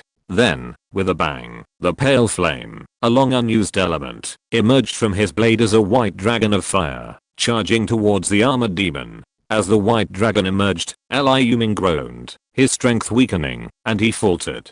He only managed to stay afloat by shoring up the absolute blade's hilt. At this point, not a single trace of excess yuan qi remained within him. Restoring it through cultivation alone would require at least 2 or 3 days. Just when he thought the situation was settled, and the armored demon could no longer fight, and had to surrender, something he had never expected happened. The pale flame, which also had the property of devouring flames, entangled with the black and transparent evil fire, as if a chemical reaction had occurred. The two were like 2 fire dragons entangled together, but it was not that the power increased greatly after the fusion, but that the devouring nature of the two appeared at this time, and both instinctively wanted to devour each other. The mutual devouring of the two caused the power of the attack on the armored demon to be greatly reduced, and the armored demon lingered on for a while.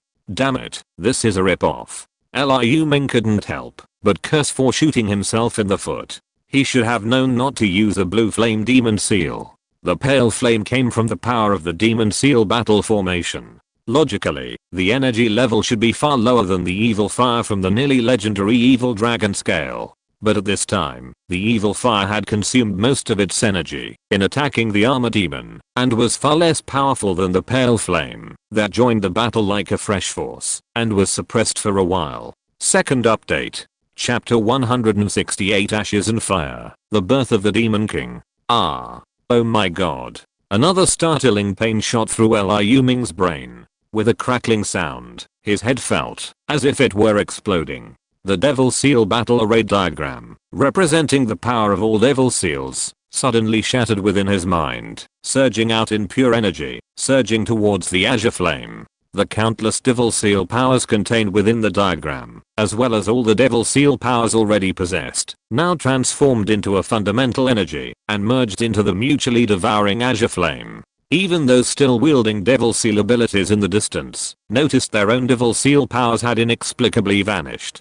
This miraculous power completely vanished. Jeshengnan's savage seal, Miao Feng's sword spirit seal, and Han Piaoxu's ghost water seal all vanished. And with the energy transformed from countless devil seals within the devil seal battle array, the azure flame instantly exploded from a small flame into a giant azure flame dragon, enveloping the prevailing black fire dragon. But the evil fire, true to its extremely high energy level, showed no sign of weakening. The two flames reached a stalemate, devouring each other back and forth. One moment the black fire turned to white flames, the next the white flames turned to black flames. Is this going to stop? Liu Ming, having recovered from the pain of the evil fire's withdrawal and the shattering of the magic seal, cursed at his two blazing flames as he watched the approaching demonic mercenaries. Judging by the situation, even if the 7 demons attacked, the two flames' strange antics wouldn't stop. Should they retreat? Liu Ming fretted. Whoosh. Just as Liu Ming was thinking about saving the trouble, the two flames actually went from devouring each other to merging. What would result from the fusion of black and white? Of course, a grey somewhere in between. A grey flame first appeared at the junction of the two, and then, like a cancer cell devouring a normal cell, the grey flame rapidly spread towards the black and white flames. Soon, the black evil fire and pale flames transformed into grey flames. With the appearance of the grey flames, Liu Ming's control over both flames finally returned to normal. Under his control, the grey flames launched a final attack against the armored demon. The armored demon screamed in agony, its corpse falling to the ground. Liu Ming summoned back the grey flames that had escaped from his body. This wasn't a separation like a power, but rather the very source of the flames itself. In other words, the evil fire properties and the azure flame demon seal within his remaining primordial energy had vanished, leaving Liu Ming feeling incredibly frustrated. But once all the grey flames had returned, he was overjoyed. He saw that, despite the loss of the evil fire property, the 4 properties of the azure minor primordial energy had gained an advanced property called ashing evil fire. This also added ashing evil fire to Liu Ming's abilities. This meant that while he had lost the pale flame and the wicked fire, he had gained an additional ability and an advanced primal key trait. This flame, formed by the fusion of the two flames, should be no less powerful than he thought. But now, he didn't have time to fully grasp the effects of the ash wicked fire, as the 7 evil demons had already arrived. As for the 3 of the 16 peaks and the numerous evolved powers who had previously besieged him, they were a fraction behind them, and hadn't yet caught up. Now that the armored demon had been defeated, Liu Ming decided to observe the battle from the sidelines, extracting the evolved blood from the corpse afterwards. As for anyone who dared to seize the armored demon's corpse, they would have to ask Liu Ming's absolute blade if it agreed. Having made up his mind, Liu Ming ordered Ji Zhenrong, Su Mi, and Ah Fei, who were staring at the armored demon's corpse with agitation, to flee, abandoning it for now. However, the evil demon mercenaries arrived too quickly, leaving him too late to flee. Fight. Since there was no escape, the only option was to adopt the most effective response. 1 man and 3 pets began to engage the 7 evil demons. Just as the demons were about to catch up, they unleashed a breath of dragon breath or a burst of dragon magic, temporarily holding back a few. Rip. Seeing the tiny insects that had killed their teammates not dare to fight them or flee, but instead played a trick on them, running and fighting, the demons went berserk. Ji Zhenrong, the slowest of the group, was instantly stricken, his legs entangled by the thorny flesh whips of the 4 thorns, like 4-toned demonic pythons, holding him back. His massive body was instantly pulled backward. Seeing Ji Zhenrong trapped and unable to escape, Liu Ming quickly brought Ah Fei Sumi to support him. Meanwhile, not only did the numerous evolvers who had been battling the demons rush over, but Kao Xian Lang and Ni Kangsang also charged in. Seeing this, Liu Ming finally breathed a sigh of relief. Crackling. Dozens of evolvers, at least D level and above, instantly surrounded the 7 evil demons and launched a frenzied attack. Liu Ming, who had been at the center of the battle, had taken the opportunity to escape after rescuing the entangled Zerang. Inside the central command vehicle, what's he going to do? The female evolver who had previously rescued the flame envoy asked, perplexed, pointing at the holographic projection. She pointed to Liu Ming, his 3 dragon pets, joyfully surrounding the massive body of a heavy rock armored demon. Oblivious to his surroundings, Liu Ming extended his hands toward the armored demon. His 3 dragon pets flanked him, instantly ripping any monster that approached into shreds. Suddenly, multicolored starlight bursts from the armored demon's body flew toward Liu Ming's palm, slowly enveloping it in a ball of light. Within the ball of light, something pulsed and throbbing. It seemed that with Liu Ming's advancement to sea level, his dragon bloodline's ability to extract and transform the evolutionary blood had greatly increased. In just over a minute, the massive B-level monster's corpse was transformed into a ball of evolutionary blood, glowing with a mysterious luster. Gulp. Zerang rushed forward with a look of excitement, swallowing a large ball of evolution blood in a few gulps. A dreamy light flickered across Zerang's rock-hard skin, transforming him into a giant lizard whose skin color shifted like a chameleon. Amidst the rainbow-colored light, Zerang's muscles bulged, and his torso grew ever more slender. As the light gradually faded, Sumi's size had swelled from a behemoth 8 or 9 meters long and 2 or 3 meters tall to a behemoth 10 to 20 meters long and 2 or 3 stories high. It was the size of a super heavy truck. The flesh on its forehead had cracked, and from beneath its incredibly hard skin, black horns similar to those of the heavy rock armor demon sprouted. The dragon salamander's topaz-like crystalline skin also began to resemble the black armor demon's, becoming somewhat darker, its scales turning a dark yellow, almost black. What kind of power is this? A voice from the command convoy spoke first, its voice tinged with fear and terror. They watched helplessly as a monster, 7 or 8 meters tall, and weighing no less than 10 tons, was transformed into a ball of ethereal liquid by the man in the image's outstretched hands.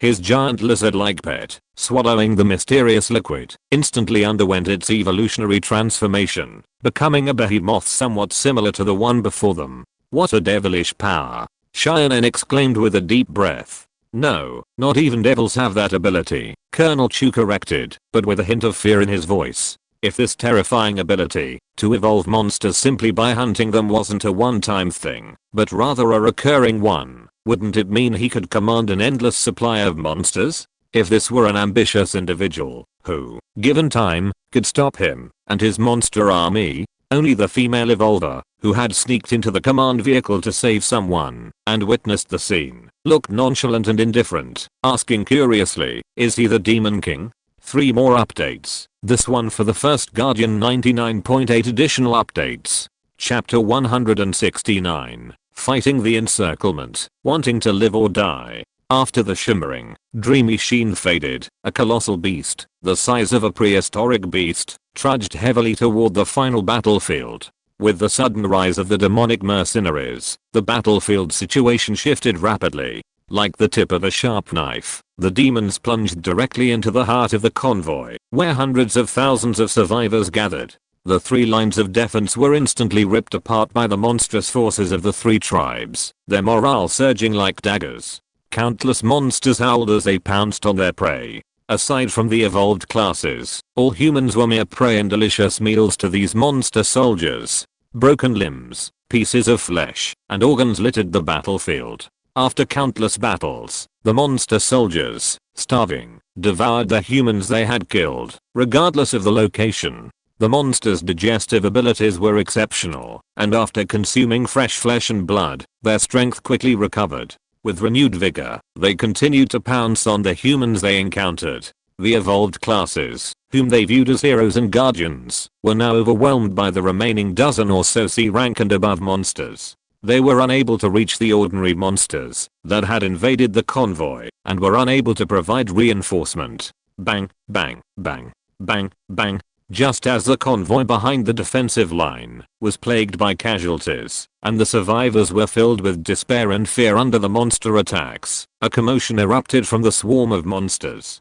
A strange, bearded man, his features not ferocious but remarkably indifferent, sat on the back of a giant tiger-like beast.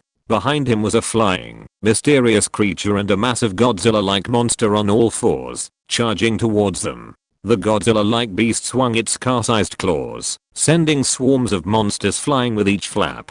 As more monsters attacked and surrounded it, a powerful blend of sandstorm, water, and flames erupted from its mouth, instantly blasting the dense swarm of monsters into smithereens. In the sky, a mysterious creature clad in black scales soared high, resembling a legendary dragon. But then, pillars of dim yellow fire descended from the heavens, like a flaming god slaying the world. Those terrifying monsters, feared by ordinary people, as if by the gods of death, were like ants in the blazing flames, unable to struggle, and dying in agony. Meanwhile, the strange, expressionless bearded man continued to wander around the piles of dead monsters, pulling out silver cylinders, and causing them to vanish into thin air like corpses. The convoy, which had finally broken through the defensive line, perished before it could even feast. This drew the monster's hatred to Liu Ming alone, howling and roaring as they charged at the bearded man. An ordinary person would have been terrified to death by this sight, but Liu Ming was no ordinary man.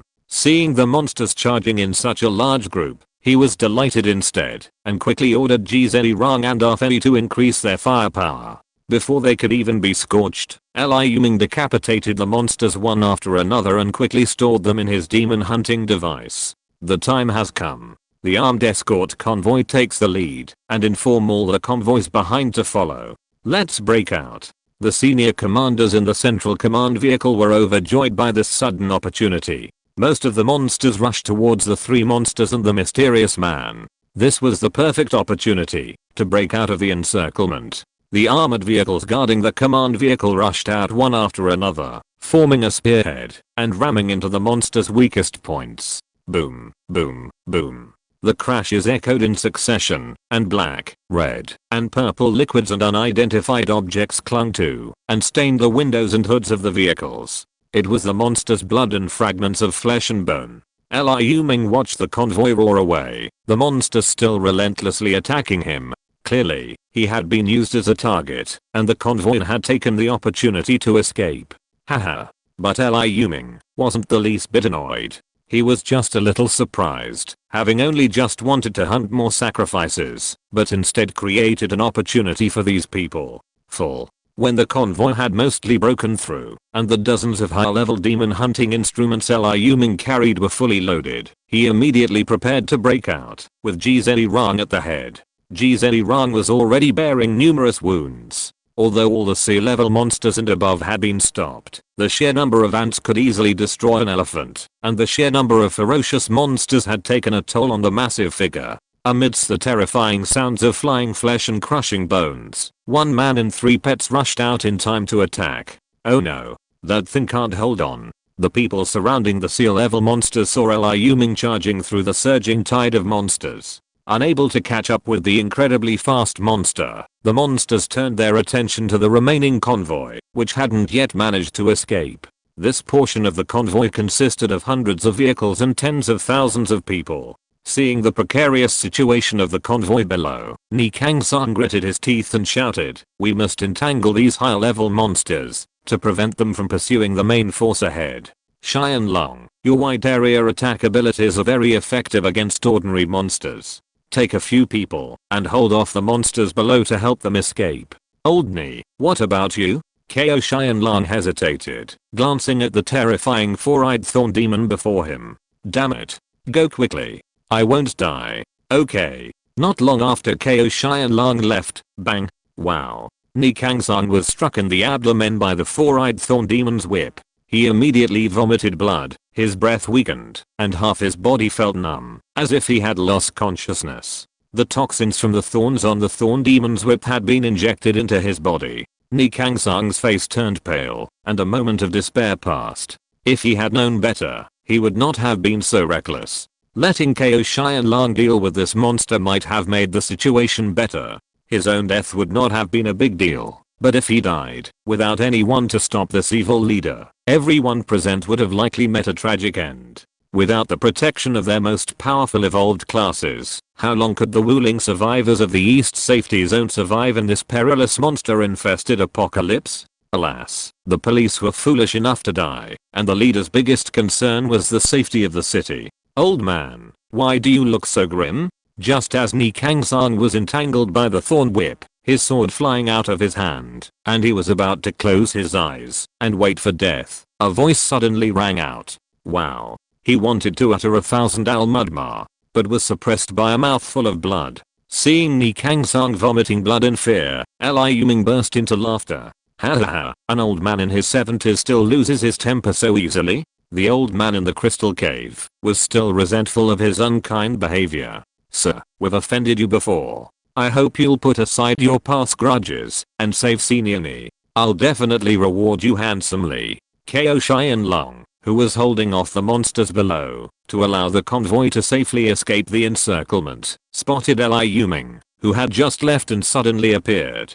He shouted from 1,000 meters away, as if he had seen a savior. Although he couldn't let go of Liu Ming, he didn't want his partner to die here even more. Liu Ming ignored the shouts of the so-called number one of Wuling. Instead, he addressed the sword saint, who was nearly strangled by the thorn whip, and said, haha, old boy, do you want to die? Wow. Ni Kang-sang couldn't reply. Liu Ming's constant calls of old thing and old boy had infuriated him, and coupled with his injuries, he vomited blood in a fit of rage. As Liu Ming began to speak with Ni Kang-sang, the four piercing thorn demons attacked. He blocked the incoming thorn whip with a single blow, then flapped his flame dragon wings and retreated while stating his conditions. If you want to live, if I save you, I'll take the body of this four-eyed thorn demon. You already have the Sphinx and the Hell Demon, so this one won't hurt you. If you want to die, say no right now. Okay. This time, Ni Kang-sang finally agreed to Liu Ming's conditions with all his might. He knew this was his last chance of survival. No one could save him now, except this young man he had never understood. If you're listening to this novel on a channel other than Fanfic World, it means they downloaded and uploaded it without effort. We cordially invite you to visit our channel, Mundo Fanfic Novelos. There you'll find the original version of this story and you can explore many other novels of various genres. We're waiting for you to immerse yourself in a world of incredible novels. Chapter 170, The Final Battle. The evil demon surrenders. Sumi, attack. As soon as the words left her mouth, Sumi suddenly appeared beside Ni Kang-sang. It swung its massive claws, ablaze with purple flames, and with two swishes, it carved a cross-shaped gash in the air. Hiss. The four-eyed thorn demon cried out in pain, black blood slowly seeping out from its thorn whip. The whip's binding force instantly weakened. Sumi's thick tail swung around, scooping up the numb and exhausted Ni Kang-sang, and turned to flee. Kemenwen, help him recover his fighting strength as quickly as possible. Seeing Ni Kang-sang rescued, Liu Ming immediately summoned Kemenwen. He had no absolute guarantee of taking down the four-eyed thorn demon alone. Otherwise, he wouldn't have made such a request of the old man. His plan was to rely on the strength of Ni Kang-sang and his teammates to defeat this A-rank demon. As for whether this A-rank sacrifice would eventually fall into his hands, Liu Ming had no doubts. Putting aside his initial understanding of Ni Kang-sang's character during their transaction, just based on his own strength and that of his dragon pet, wouldn't anyone in the entire Wuling region dare to steal his possessions? Seeing the four piercing thorn demons roaring towards him, Liu Ming ordered, Jizerong, Half-A, entangle it. The two behemoths, one descending from the sky, the other emerging from the earth. I now have all the power of land and air, only lacking an aquatic dragon pet, Liu Ming suddenly thought. Seeing Ni Kang-sang finally stand up after Kemenwen's healing, Liu Ming looked at him calmly and said, I saved him. You know what to do, right? Ni Kang-sang had initially looked at Liu Ming with a hostile eye after his injuries had healed, but his calm tone chilled him to the core. If I break my promise, I'm afraid my life will be in danger. This was his intuition, the sixth dimensional perception of an awakened being, often quite accurate. Finally, all his anger towards Ni Kang-sang melted into one sentence. I lost my weapon. You sit first. Liu Ming directly pulled out a 3-star divine grace saber from his large flame dragon cloak and tossed it to him. Actually, he had taken it directly from a magical photo in his arms, using the wide, concealed cloak to conceal it so as not to reveal the existence of the spatial item. Nice sword, nice sword. Ni Kangsang took the bronze green sword with a look of delight. He hadn't expected the man before him to wield a sword no less impressive than the one he had just discarded. I like it. I'll give it to you. For Liu Ming, who possessed an astonishing number of divine grace items, this 3-star divine grace saber was truly insignificant. If he hadn't decided to use Jufeng as his primary weapon, not only would he have the grey 3-star divine grace saber, he would have even had a blue weapon. Frost Descent was a blue 9-star renowned sword, but it was temporarily sealed. Ni Kangsang was thrilled at this. Are you serious? But Liu Ming's next words sent a frenzy of panic racing through his heart. Of course, a C-rank sacrifice in exchange. Stop talking nonsense. Bring your men and follow me. With that, Liu Ming and Sumi charged towards the 4 piercing thorn demons. Ni Kangsang watched the evil demon, still surviving the 2 behemoths with ease, his face icy and murderous. He had nearly, just this close, been killed. Come on, monster. He summoned Zhu Changmo, a future generation Ruya knight and a fellow C-rank warrior, and several D-rank evolvers. Following Liu Ming, they attacked the monster that had nearly taken his life. While the cunning demon dealt with its besiegers, it gazed at its companions, who seemed to be facing imminent danger nearby. A glint flashed in its eyes, as if it was once again pondering how to resolve this situation. This time, they had come with all their might, yet gained nothing. Clearly, they were destined for defeat. How could it accept this? But now it wasn't a question of resignation. The situation was that they were in danger of losing their lives. The cunning demon acted decisively, roaring loudly as it repelled several of its attackers, before turning and fleeing. The remaining demons, observing the situation, all rushed after the cunning demon. The demon mercenary squad with the cunning demon is indeed a formidable one, but even if you're as cunning as a devil, you'll have to leave me alive today. Seeing the 4-eyed thorn demon also trying to escape, Liu Ming immediately brought his dragon pet to entangle it. How could he let such a lucrative opportunity slip away? The cunning demon and the remaining 5 demons all fled from the encirclement of the human evolutionists, leaving only the 4-eyed thorn demon, still clinging to Liu Ming. Seeing its strongest demon left behind, the cunning demon's reaction surprised Liu Ming. It was so disloyal that it simply fled. The demons are truly an unpredictable race. Liu Ming sighed silently as he attacked the last pitiful demon. If they had encountered demons or devils today, they would have fought to the bitter end. High-level demons and devils were no cowardly little monsters like cowards and lesser demons. They were true warriors and the most ferocious monsters. The demon's betrayal of its comrades was a testament to its notoriety, but its choice was not wrong. If it hadn't escaped, the entire demon mercenary group would have been left behind. Their fellow demons and devils had already escaped. In other words, aside from this lone high-level demon, all that remained were the countless cannon fodder monsters below, felled by Ko Shai and Lang's fireball. The 4-eyed thorn demon, realizing its companions had abandoned it, immediately retracted its swelling thorn whips. A familiar scene played out before Liu Ming, and he cried out, "Get out of the way." Whoosh, whoosh, whoosh, whoosh, whoosh. Dark red rays of blood shot out from the thorn demon's body like lightning. Puff, puff, puff. The terrifying sound of sharp weapons piercing flesh echoed, and countless human evolvers who couldn't dodge were pierced by the thorns all over the thorn demon's body. Some pitiful ones were even pierced through the brain and died instantly. Die. Once the thorn demon's ultimate move, the thorn prison, was used, it signaled its utter exhaustion. Liu Ming roared and charged forward. 2 of the thorns had struck him closest to the thorn demon, one in his thigh, and one in his abdomen. He pulled out the 2 thorns, already melted by the ashen fire, and slashed at the bare thorn demon with a single blow. Sumi, Zhenrong, and Arfei followed suit. Those evolvers who were injured, but not fatally and still had strength left also attacked. The 4-eyed thorn demon only had time to whimper before it perished under the final claw of the winged claw dragon snake. As agreed, it's yours. After a fierce battle, standing beside the massive fly monster, Ni Kangsang stated decisively, while tending to his own gruesome wounds from the neurotoxin-laced spines. Very good, it seems you're not going to break your promise, Liu Ming said with a smile, shaking the shredded flesh from the blade, and evaporating the blood with the ashes and fire. Nikangzang's eyes twitched at this, recalling the brutal scene of Liu Ming and his beasts slaying the four-eyed thorn demons and countless other monsters.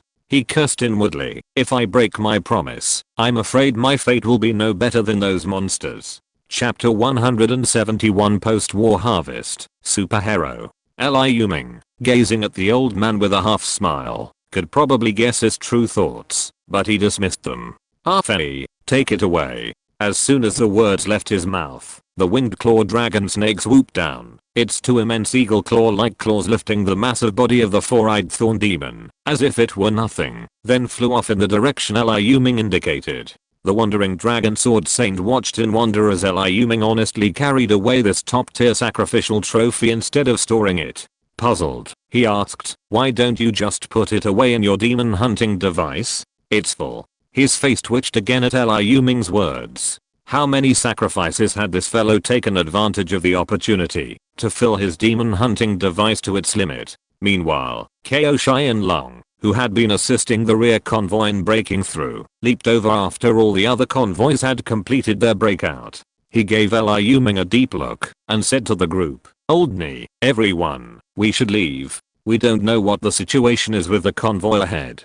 Before everyone left, Ko Xianlong finally put aside his prejudice against Liu Ming and offered him a sincere invitation. "Sir, would you be willing to move with us to the eastern safety zone? With your skills, you will definitely be highly valued by our leader and the political leaders." Liu Ming smiled and shook his head. With a wave of his hand, he leaped onto Ji Zhenlong's broad back and flew in the direction of Arfen's flight. While a trip to the eastern safety zone was necessary, dealing with the four-eyed thorn devil's corpse was clearly more important. Meanwhile, the winged claw dragon snake was waiting for Liu Ming in a secluded alley. The hard-earned top-tier sacrifice lay intact and steaming beneath its claws. Some of the still quiet energy within the four-eyed thorn devil's corpse still fueled the burning of the infernal fire.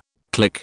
Liu Ming immediately took out his magical camera and, using the shred of vitality he had just recovered, captured this supreme sacrifice in a magical album. He then ordered Fang'an and Gu Yun, whose injuries were now healed, to return to the train station with a group of giant cats. He and his 3 dragon pets pursued the transferred convoy. The traces of a massive convoy of hundreds of thousands of people were easily visible, and he soon caught up. A gloomy atmosphere enveloped the convoy. Although the 3 lines of defense and a human wall of human evolutionists, awakened individuals, and military and police personnel held off most of the terrifying monsters, the sheer number of monsters was too great. Many charged into the rear, where ordinary people stood, offering little resistance. The destructive power of those demons, devils, and evil spirits was too terrifying. Each of the 3 tribes possessed the power of mutant cannibal, making ordinary people completely defenseless. When 1 or 2 demons entered the transfer vehicles, entire vehicles were hacked to death or injured.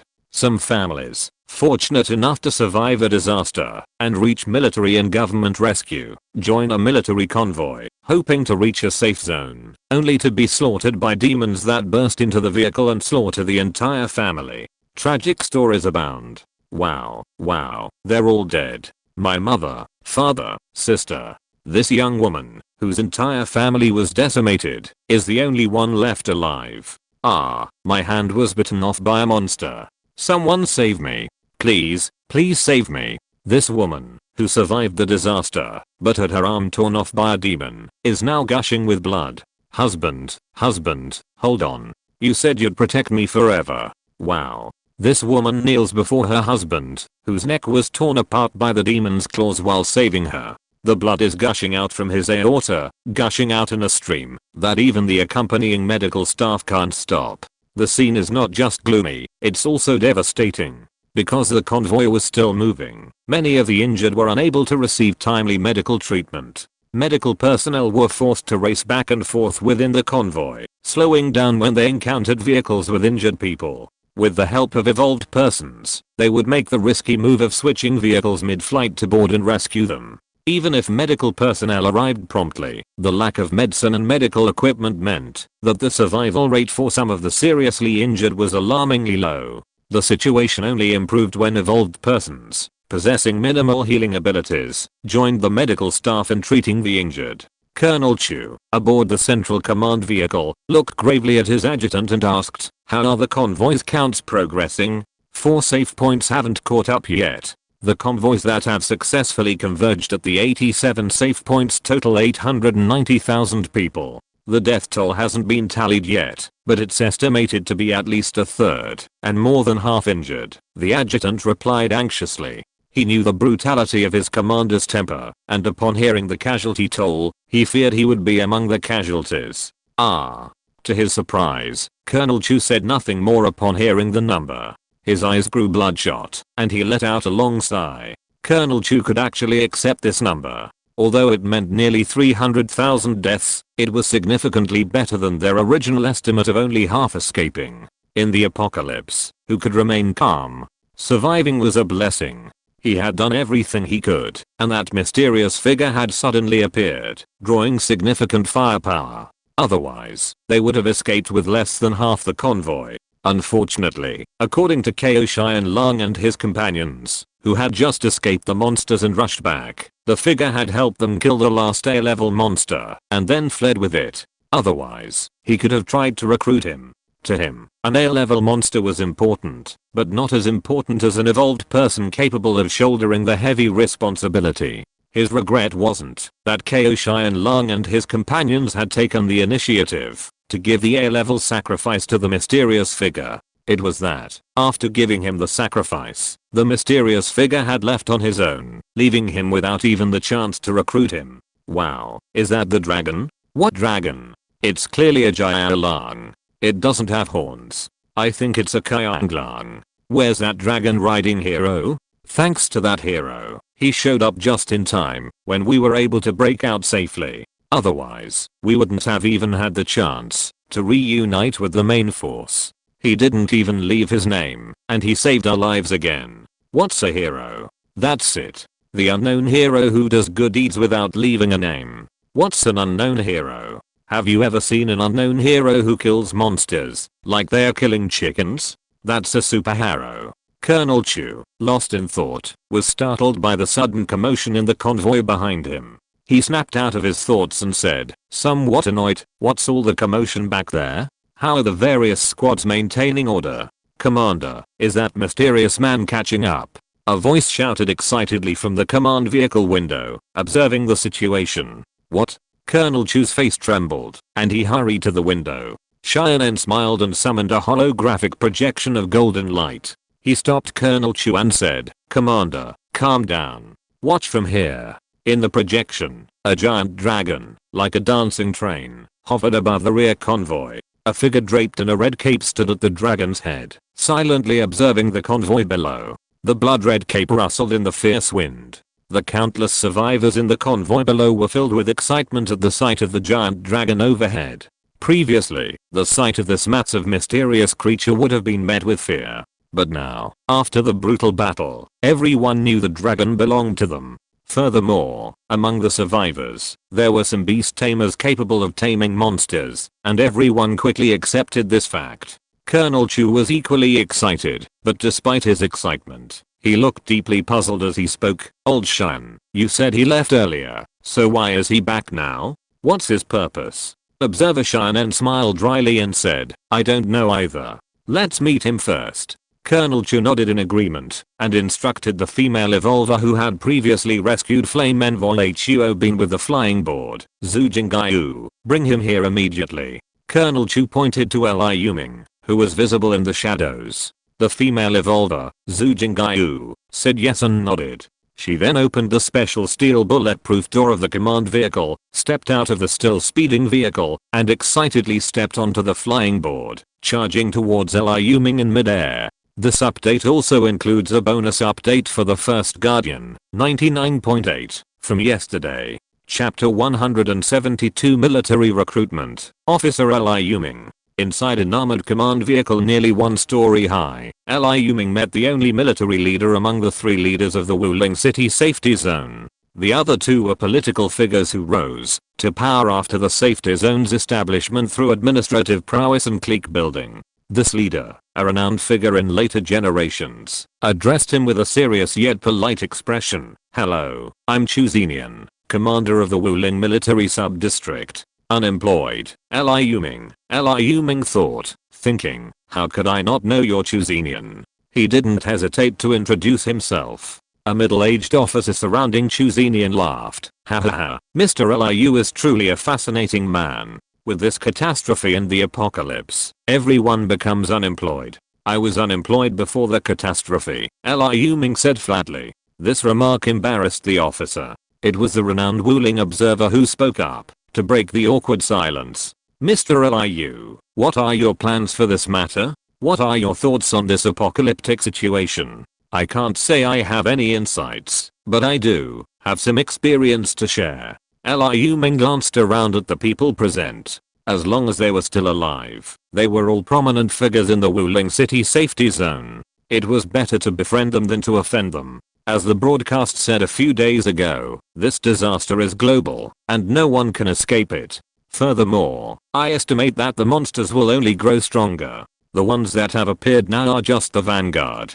Before those more powerful monsters with utterly devastating destructive power descend upon the world, it's imperative to be fully prepared. As everyone felt a sense of solemnity from Liu Ming's words, Xiaonan asked, what do you mean by utterly devastating monsters? Liu Ming smiled and asked, is the Sphinx Horn demon that roamed the military previously strong enough? Everyone nodded enthusiastically. Liu Ming continued, among the monsters I mentioned, this one was crushed to death with a single step. Listening to Liu Ming's description, the crowd was clearly skeptical, feeling he was exaggerating. Monsters that couldn't be defeated by tanks and heavy artillery were beyond their comprehension. Even stronger monsters wouldn't be destroyed by missiles, nuclear bombs, or hydrogen bombs. Liu Ming naturally saw that they thought he was exaggerating, but he didn't elaborate, leaving it at that. Only Chuzinian, Xiaonan, and the two officers above the rank of colonel nodded thoughtfully. What's the implication of Mr. Liu's statement? Chuzinian asked, sensing a deeper meaning in Liu Ming's words. Currently, throughout Wuling City, in addition to the hundreds of thousands of survivors gathered by the military and government, there are still some scattered shelters struggling to hold on. However, the future trend is to eventually integrate all of these shelters into the safe zone. If the military and government truly want to maintain peace in the apocalypse, accumulating strength to fight the monsters is their primary responsibility, Liu Ming said with a hint of meaning. If memory serves me right, a power-sharing dispute sparked a massive bloodbath in the early days of the East Safe Zone, allowing monsters to attack. If it weren't for the countless civilian evolvers who bravely sacrificed their lives, the safe zone would have been nearly destroyed and massacred. Several highly talented individuals were also said to have perished in the turmoil. Liu Ming didn't consider himself a good person, but in this new world, individual strength was insignificant. Race and civilization were the foundation of the continuation of the flame. Without the safe zone as a shield, he doubted he could have led thousands of people through the perilous situation. Unless those thousands, exaggerated 1,000 times, could form a complete civilization, a new human civilization capable of confronting the terrifying races and civilizations beyond its walls. Talking about power to a powerful figure was undoubtedly a mistake. Chuzinian naturally discerned the hidden meaning in Liu Ming's words, and it was precisely this perception that made his expression grow even more grim. It was Xiaonan who broke the dead silence again. He cleared his throat and said, ahem, Commander, don't forget your business. Chuzinian glanced at Xiaonan, signaling him to take charge. Xiaonan nodded slightly and said to Liu Ming, Mr. Liu's personal strength is unparalleled, and he plays a strategic role in our defense against the monster threat. Our commander hopes you will join the military. We are treating you specially during this special period. If you are willing to join, we will directly award you a rank and grant you all the benefits of an officer. Xiaonan spoke politely, concisely outlining what they called business. Oh, that's interesting, Liu Ming said with interest. As far as I could remember, the civilian evolvers and the military evolvers in the safe zone were two completely different groups. Civilian evolvers within the safe zone were subject to unified management mandated by the military and government, and a corresponding department, the Evolution Administration, was established to oversee all civilian evolvers and awakeners. This was why many powerful evolvers fled the safe zone with their own crews, to establish shelters within a few days of entering, unable to tolerate the constraints. While accepting the administration offers some benefits, it also means being subject to its control and even indirectly working for it. Evolvers and awakeners within the evolution administration receive corresponding benefits and perks. While these benefits are slightly higher than those of ordinary people, they are vastly different from those of military evolvers.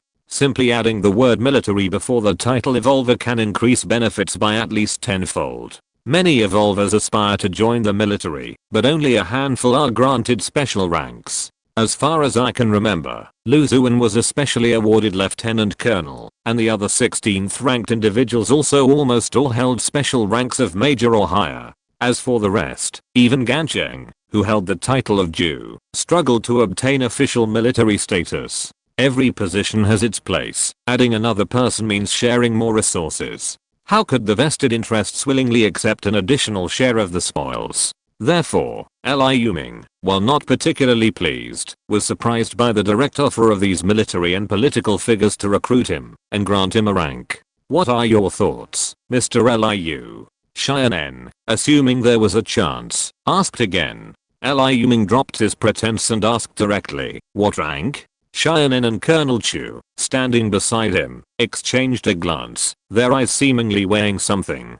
After a few breaths, Chu Zenian nodded, seemingly resolving something. Xianen then spoke, Lieutenant Colonel, if Mr. Liu is willing to join the military, we will hold a special commissioning ceremony and grant you the rank of Lieutenant Colonel. All benefits will be the same as for an active duty lieutenant colonel. A flicker of surprise crossed Liu Ming's eyes.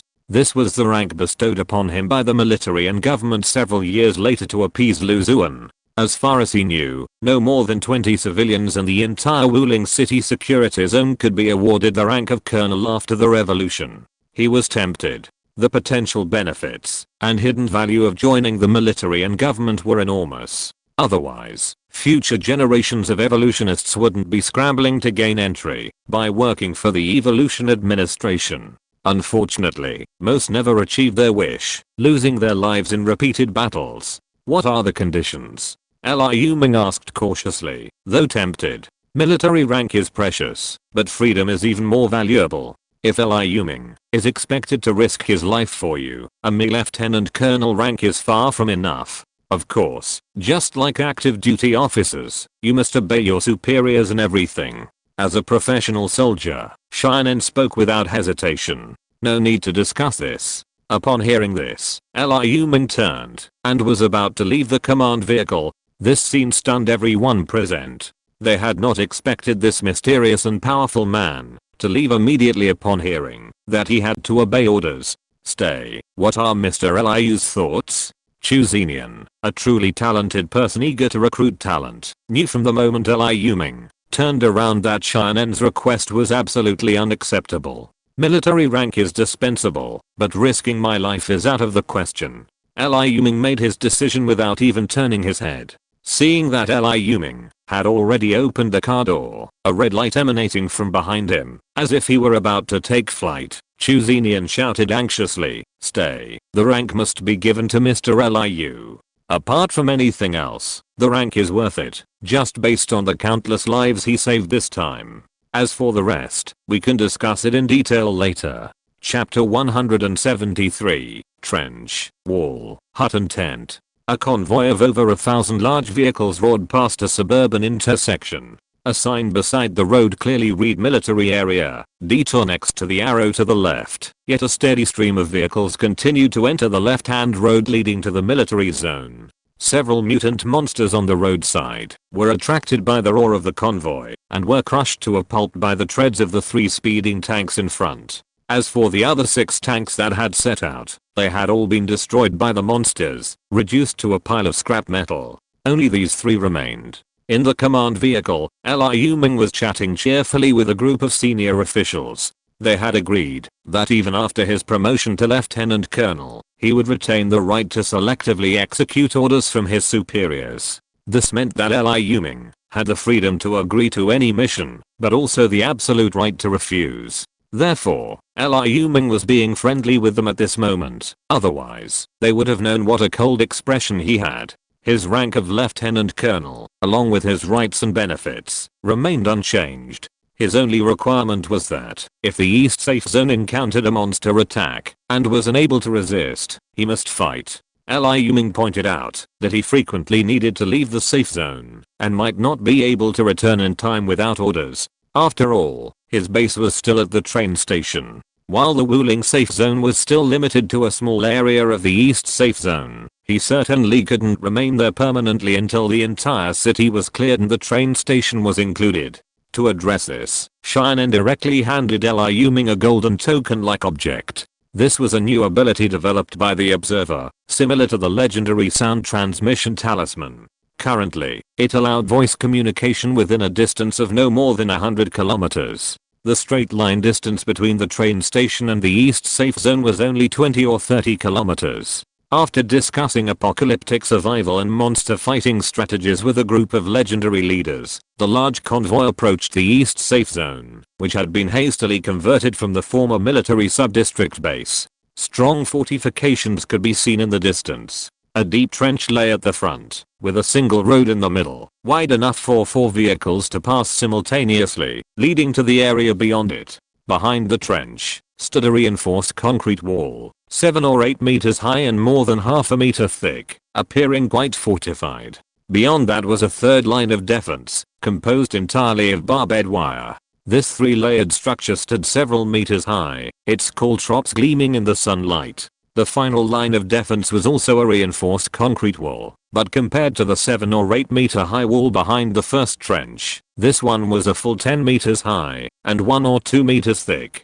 Blackened firing slits dotted the walls, and soldiers stood guard atop them. Not only was the defense formidable, but it also provided powerful firepower support. Even a monster like the Sphinx would likely struggle to destroy it in a short time. According to Xiaonan, these were the fortifications urgently erected by the remaining troops before they departed for Wuling City. Even Liu Ming was amazed at the sturdiness and practicality of these fortifications. Unfortunately, only 1/10 of them had been built, the side facing the Wuling City highway. The others were still under construction. "I'm afraid these survivors' happy days will soon be over," Liu Ming lamented. He knew that the survivors who had reached the safe zone had only enjoyed a few days of free food and rations. They were forced to work on the unfinished fortifications like forced laborers. Many collapsed from exhaustion, and some even died from exhaustion and illness. The massive convoy crossed the trench road, entered the first perimeter wall, passed through 3 layers of barbed wire, and stopped outside the final high wall.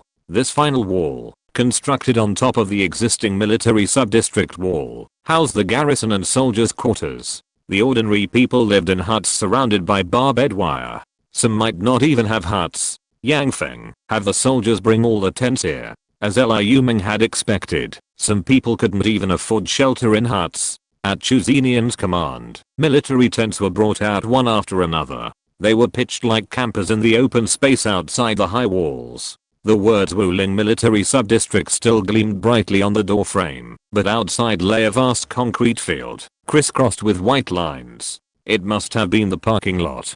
Tents were set up on this concrete, thousands of them rising up in a matter of moments. The huts, however, were built not far from the concrete, on a patch of soft barren earth. Overgrown with weeds, they were infested with mosquitoes and insects. The harsh conditions were so harsh that even the already hardened survivors frowned. Seeing their frowns, Liu Ming chuckled inwardly. He wondered what your expressions would be like if you knew you had no shelter or tents to live in.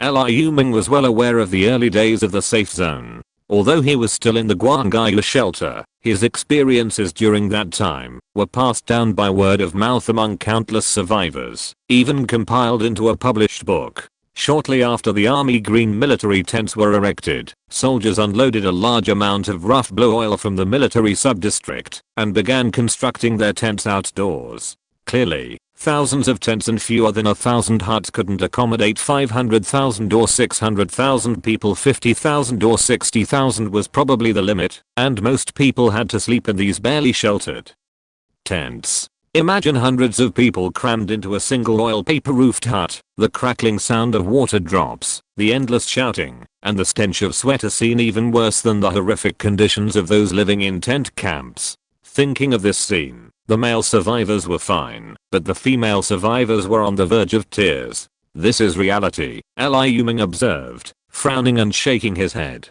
This was one of the reasons he was reluctant to bring his men to the safe zone. They'd have to squeeze into shacks like refugees, unlike now, where they could at least sleep in sheltered houses, and many even had comfortable tree houses. Haha, don't worry, Mr. Liu. We'll assign you a private apartment in the officers' quarters. If you have any friends or family, they can move in with you. You won't have to squeeze in with the rest of the world. A regular officer, a lieutenant colonel like Liu Ming, saw Liu Ming frowning, and assumed he was worried about living outside, so he quickly offered a friendly explanation. Liu Ming nodded. It's unavoidable. Building materials and land are limited. We simply can't accommodate hundreds of thousands of people without resorting to this desperate measure, another officer said reluctantly, fearing Liu Ming would mistakenly think his soldiers were cold-blooded. I understand. Led by a group of officers, Liu Ming entered the Wuling military sub-district, the core of the military and political power in the Wuling city safe zone, a place never truly visited in later generations. Upon entering the military sub-district, guarded by soldiers, the scene inside was a stark contrast to the chaotic scene outside. While some dried brown bloodstains were visible inside, likely from the sudden battle during the catastrophe, the area appeared generally orderly. Armored vehicles and tanks drove directly into the open garages, while other military vehicles were parked in the open parking lot. Barracks and officers' compounds stood to the east and west, respectively, with several office buildings and 4 mess halls in front. Liu Ming followed Xiaonan and Chu Zenian to the tallest office building. Flanking him were a group of lieutenants, high-ranking officials, and prominent evolvers like Ni Kangsong, Ko Xianlong, and Chu Yeshan. Seeing these people, Liu Ming was certain that Chu Zenian was genuinely interested in recruiting him and intended him to join the management of the Eastern Security Zone. Chapter 174 East Security Zone Management Committee. Coming to a conference room with a huge battle sand table and a huge world map, Chu Zenian was the first to speak. This transfer is unprecedented, and the sacrifice is huge. Many people died on the road of this transfer. I'm deeply saddened, but fortunately our plan was finally successful, and we finally won a moment of respite in this sudden disaster of the end of the world. I hope that everyone here will work hard with me to strive to preserve this last human pure land in the Wuling area. Amidst warm applause, Chu Zenian pressed his palm and continued, in addition, I want to announce our first civilian evolutionist to be specially awarded a title, Liu Ming. In view of his outstanding contribution to the breakout of the survivor convoy and his heroic performance in the battle against monsters, the heads of the military sub-districts and I unanimously decided to award him the rank of lieutenant colonel, and the title will be awarded on a date to be determined. Everyone was caught off guard when they heard the news. The most shocked was Chu Yesheng, who always held her special sniper rifle in her arms. Am I deaf? That Liu Ming guy's going to be promoted to lieutenant colonel? That nerd who was living off his food and waiting for death and suddenly had a sudden outburst? And it's only been a few days? Even though she looked puzzled and bewildered, she couldn't stop the fact from becoming a fait accompli. As the eldest granddaughter of the Chu family, a prominent political family in Xiangnan province, before graduating from China's top police academy and taking up her post in Wuling, her family elders had indoctrinated her on the personalities and hobbies of Wuling's leading figures. They even paid special visits to many of Wuling's most powerful figures, including Commander Chu, Colonel Chu. He always kept his word, and he was well aware of his iron-fisted nature. Now that he had made a decision, it would be difficult for everyone, let alone him, to change it. And judging by his tone, the other military leaders also agreed with the decision. This made him even more puzzled. Was this nerd Liu Ming possessed by a ghost? How could he suddenly transform so drastically that he couldn't even understand him? And not only could he not understand him, but these military leaders seemed to admire him too. It was truly bizarre. Also, now that the relocation operation is finally complete, the construction of the Eastern Safety Zone is imminent. The previously mentioned plan To establish a safety zone, administration must also be put on the agenda. Chuzenian, well versed in the art of stopping at just the right time, paused, knowing someone would take over. Immediately, a large number of powerful military figures, political commissars, deputy commanders, battalion commanders, and company commanders jumped to the rescue, clamoring, "Establish an administration. Commander Chu is the undisputed leader as its chairman. Only the commander can lead us to defeat the monsters and maintain peace." This was a scene that made Liu Ming grumble. Colonel Chu took a deep breath and said solemnly, "I thank you all for your trust and kindness, but I know I'm not capable of this responsibility." Upon hearing this, some political officials beamed, wondering if this top military figure would refuse this prestigious position, and whether their own leaders would have a chance to take the reins. However, the top political figures, the first, second, third, and fourth in command, remained calm and composed, unmoved. As expected, Colonel Chu changed the subject, saying, "But now, Wuling City faces internal and external troubles, with a formidable enemy at our doorstep. I, with my humble talents, am forced to take on this important task, driven by the need to make a living." Chuzenian, worthy of the title of one of Wuling's three great men, had weathered a turbulent decade and remained firmly at the head of the three great leaders. His nerve and ability to cultivate his inner strength left even Liu Ming in the dust. Next, we'll select several administrative committee members. Due to time constraints and the hundreds of thousands of people waiting for us to settle outside, I'll have to appoint them directly for now. This statement sent the political staff into a frenzy of inward rage. What time constraints? It's clearly you, old man, trying to monopolize power. Not only are you chairman, but you also have the final say over the committee members. Doesn't that make you the one who has the final say? Sure enough, Chuzenian read off the names of 5 or 6 administrative committee members, all military personnel.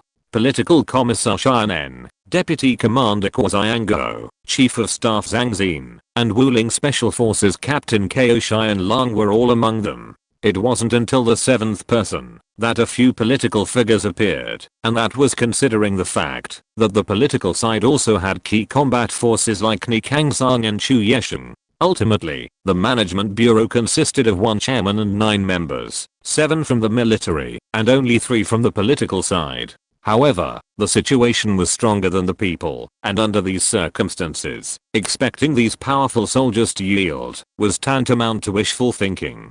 Aside from the high-ranking figures, who had tragically perished in the apocalypse, the remaining top leaders became the 3 political members of the management bureau. Amid the indignant expressions of the political officials, Chuzenian, having achieved his goal, changed his cold and stern expression, and said with a smile, "Now that the management bureau personnel have been confirmed, the next thing is the second matter.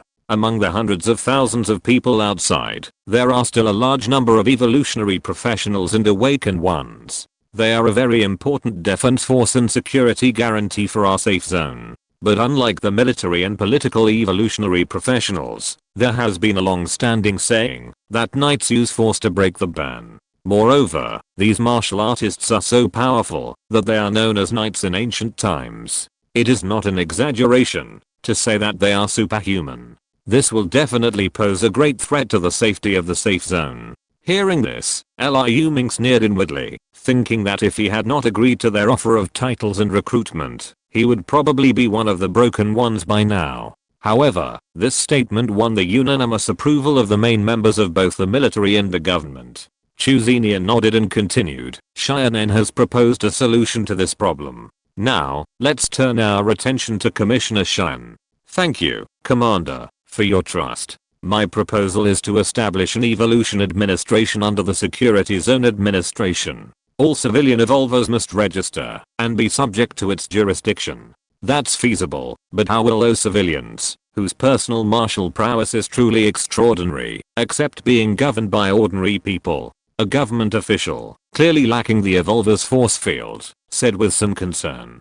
"I've already considered this. Naturally, we'll give them a piece of candy after a stick. For these evolvers, we must both govern them and make them work for us. Providing them with food and various benefits beyond those afforded to ordinary people is the candy, while limiting their martial prowess is the stick. Do you see those shacks outside? Those are the homes of the evolvers, while the tents are where those skilled survivors live, and the oil paper huts are where the remaining civilians live. If that's the case, why aren't the shacks built inside the military sub-district, but outside? An official asked, puzzled. Of course they have to be built outside. Haven't you noticed that the huts are built on the innermost layer, near the barbed wire? That way, if a monster attacks, not only will the evolvers live in the huts, but their families will too. Even if it's not to fend off the monsters, but simply to protect their families. Wouldn't those evolvers living in the huts behind the barbed wire have to be the first to resist the incoming monsters, buying us time to prepare and diverting fire? I've heard that Cheyenne is known as the cunning fox of Wuling, and his reputation is well deserved, said Li Jianan, a top figure in Wuling's political system, and also a member of the administration bureau, meaningfully. Secretary Li, you're too kind. Cheyenne waved his hand with a faint humility, but everyone could hear the pride in his tone.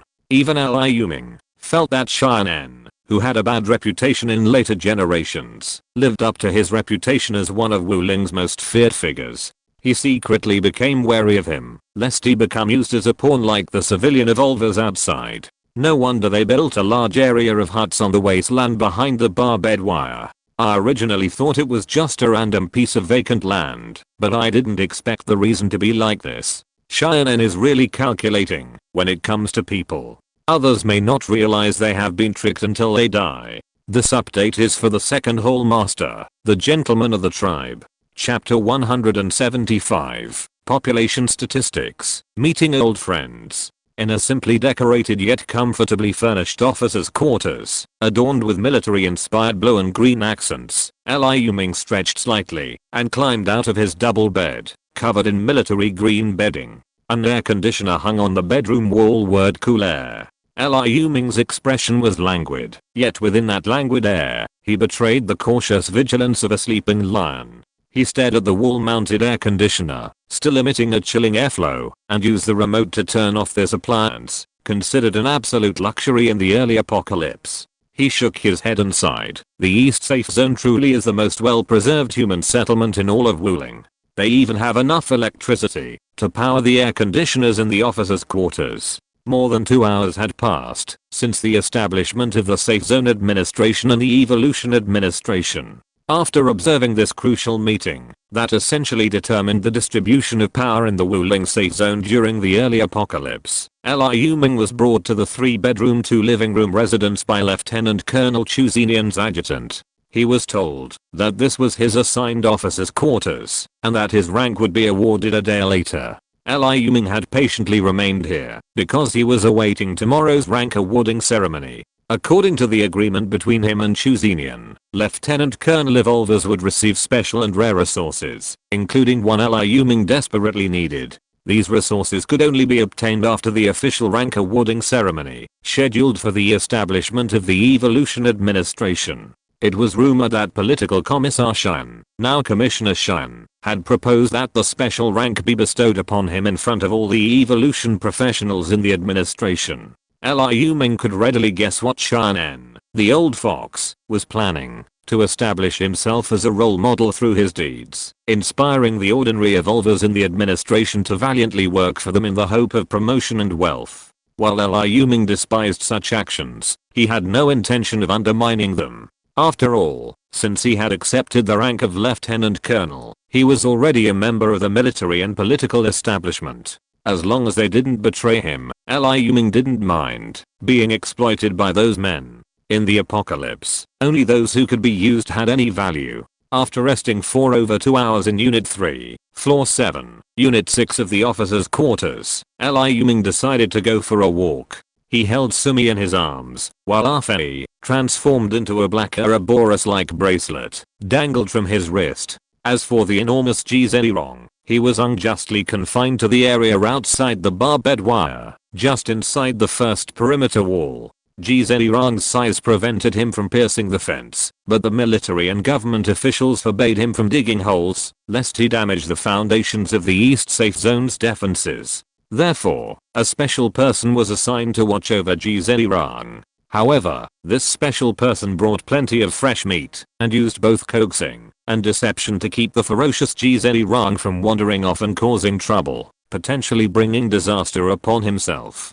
Walking along the tree-lined avenues of the residential area, Liu Ming felt as if he were in another world.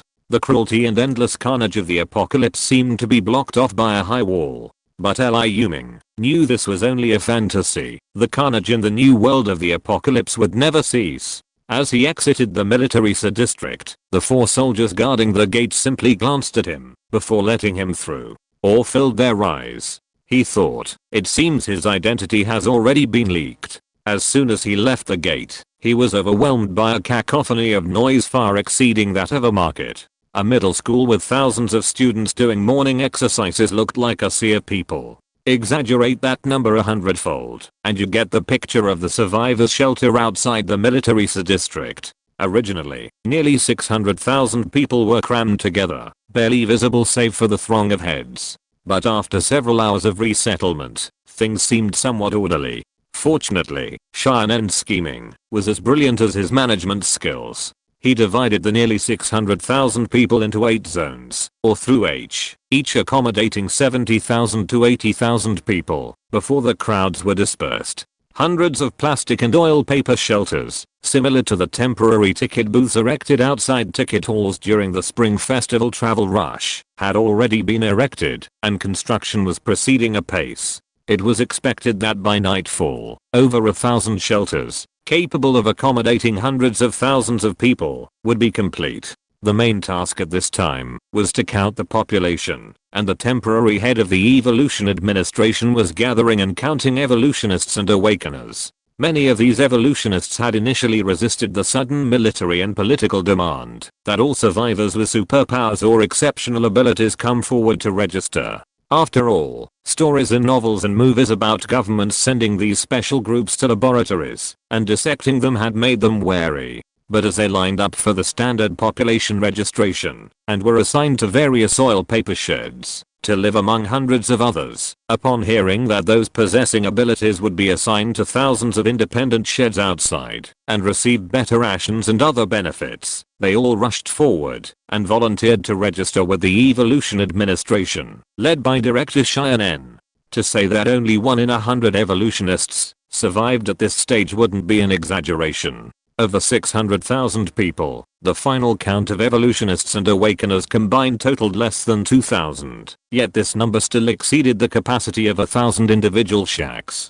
To prevent these individuals from rioting due to unfair treatment, Xianen immediately ordered the engineering corps to rapidly construct hundreds of shacks. These dilapidated shacks, each measuring a dozen square meters, and constructed with 4 whole square bricks and wooden or plastic roofs, were erected with remarkable speed, rising rapidly before Liu Ming's amazed eyes. As dusk fell, the census and shack and roof construction finally concluded. Finally, from Xianen, Liu Ming learned that over 586,000 people had made it to the safe zone alive, with at least 300,000 injured, and 1/5 of these wounds were so severe that they could not be cured. After all, many military and police officers had also suffered serious injuries in the battles with monsters, so medical resources naturally prioritized these individuals. Whether ordinary people survived the injuries was left to fate. Liu Ming. Just as Liu Ming was caressing Sumi's little head in his arms and strolling through the refugee-like shelters, a voice of immense surprise rang out. "Who are you?" Liu Ming turned, puzzled, to look at the person who had called him. "Don't you recognize me? I'm Chen Ziyi." The voice, unfazed by Liu Ming's lack of recognition, spoke with even greater excitement. Finally, Liu Ming, digging through over a decade of memories, could recall the person's name. "Oh, Chen Ziyi.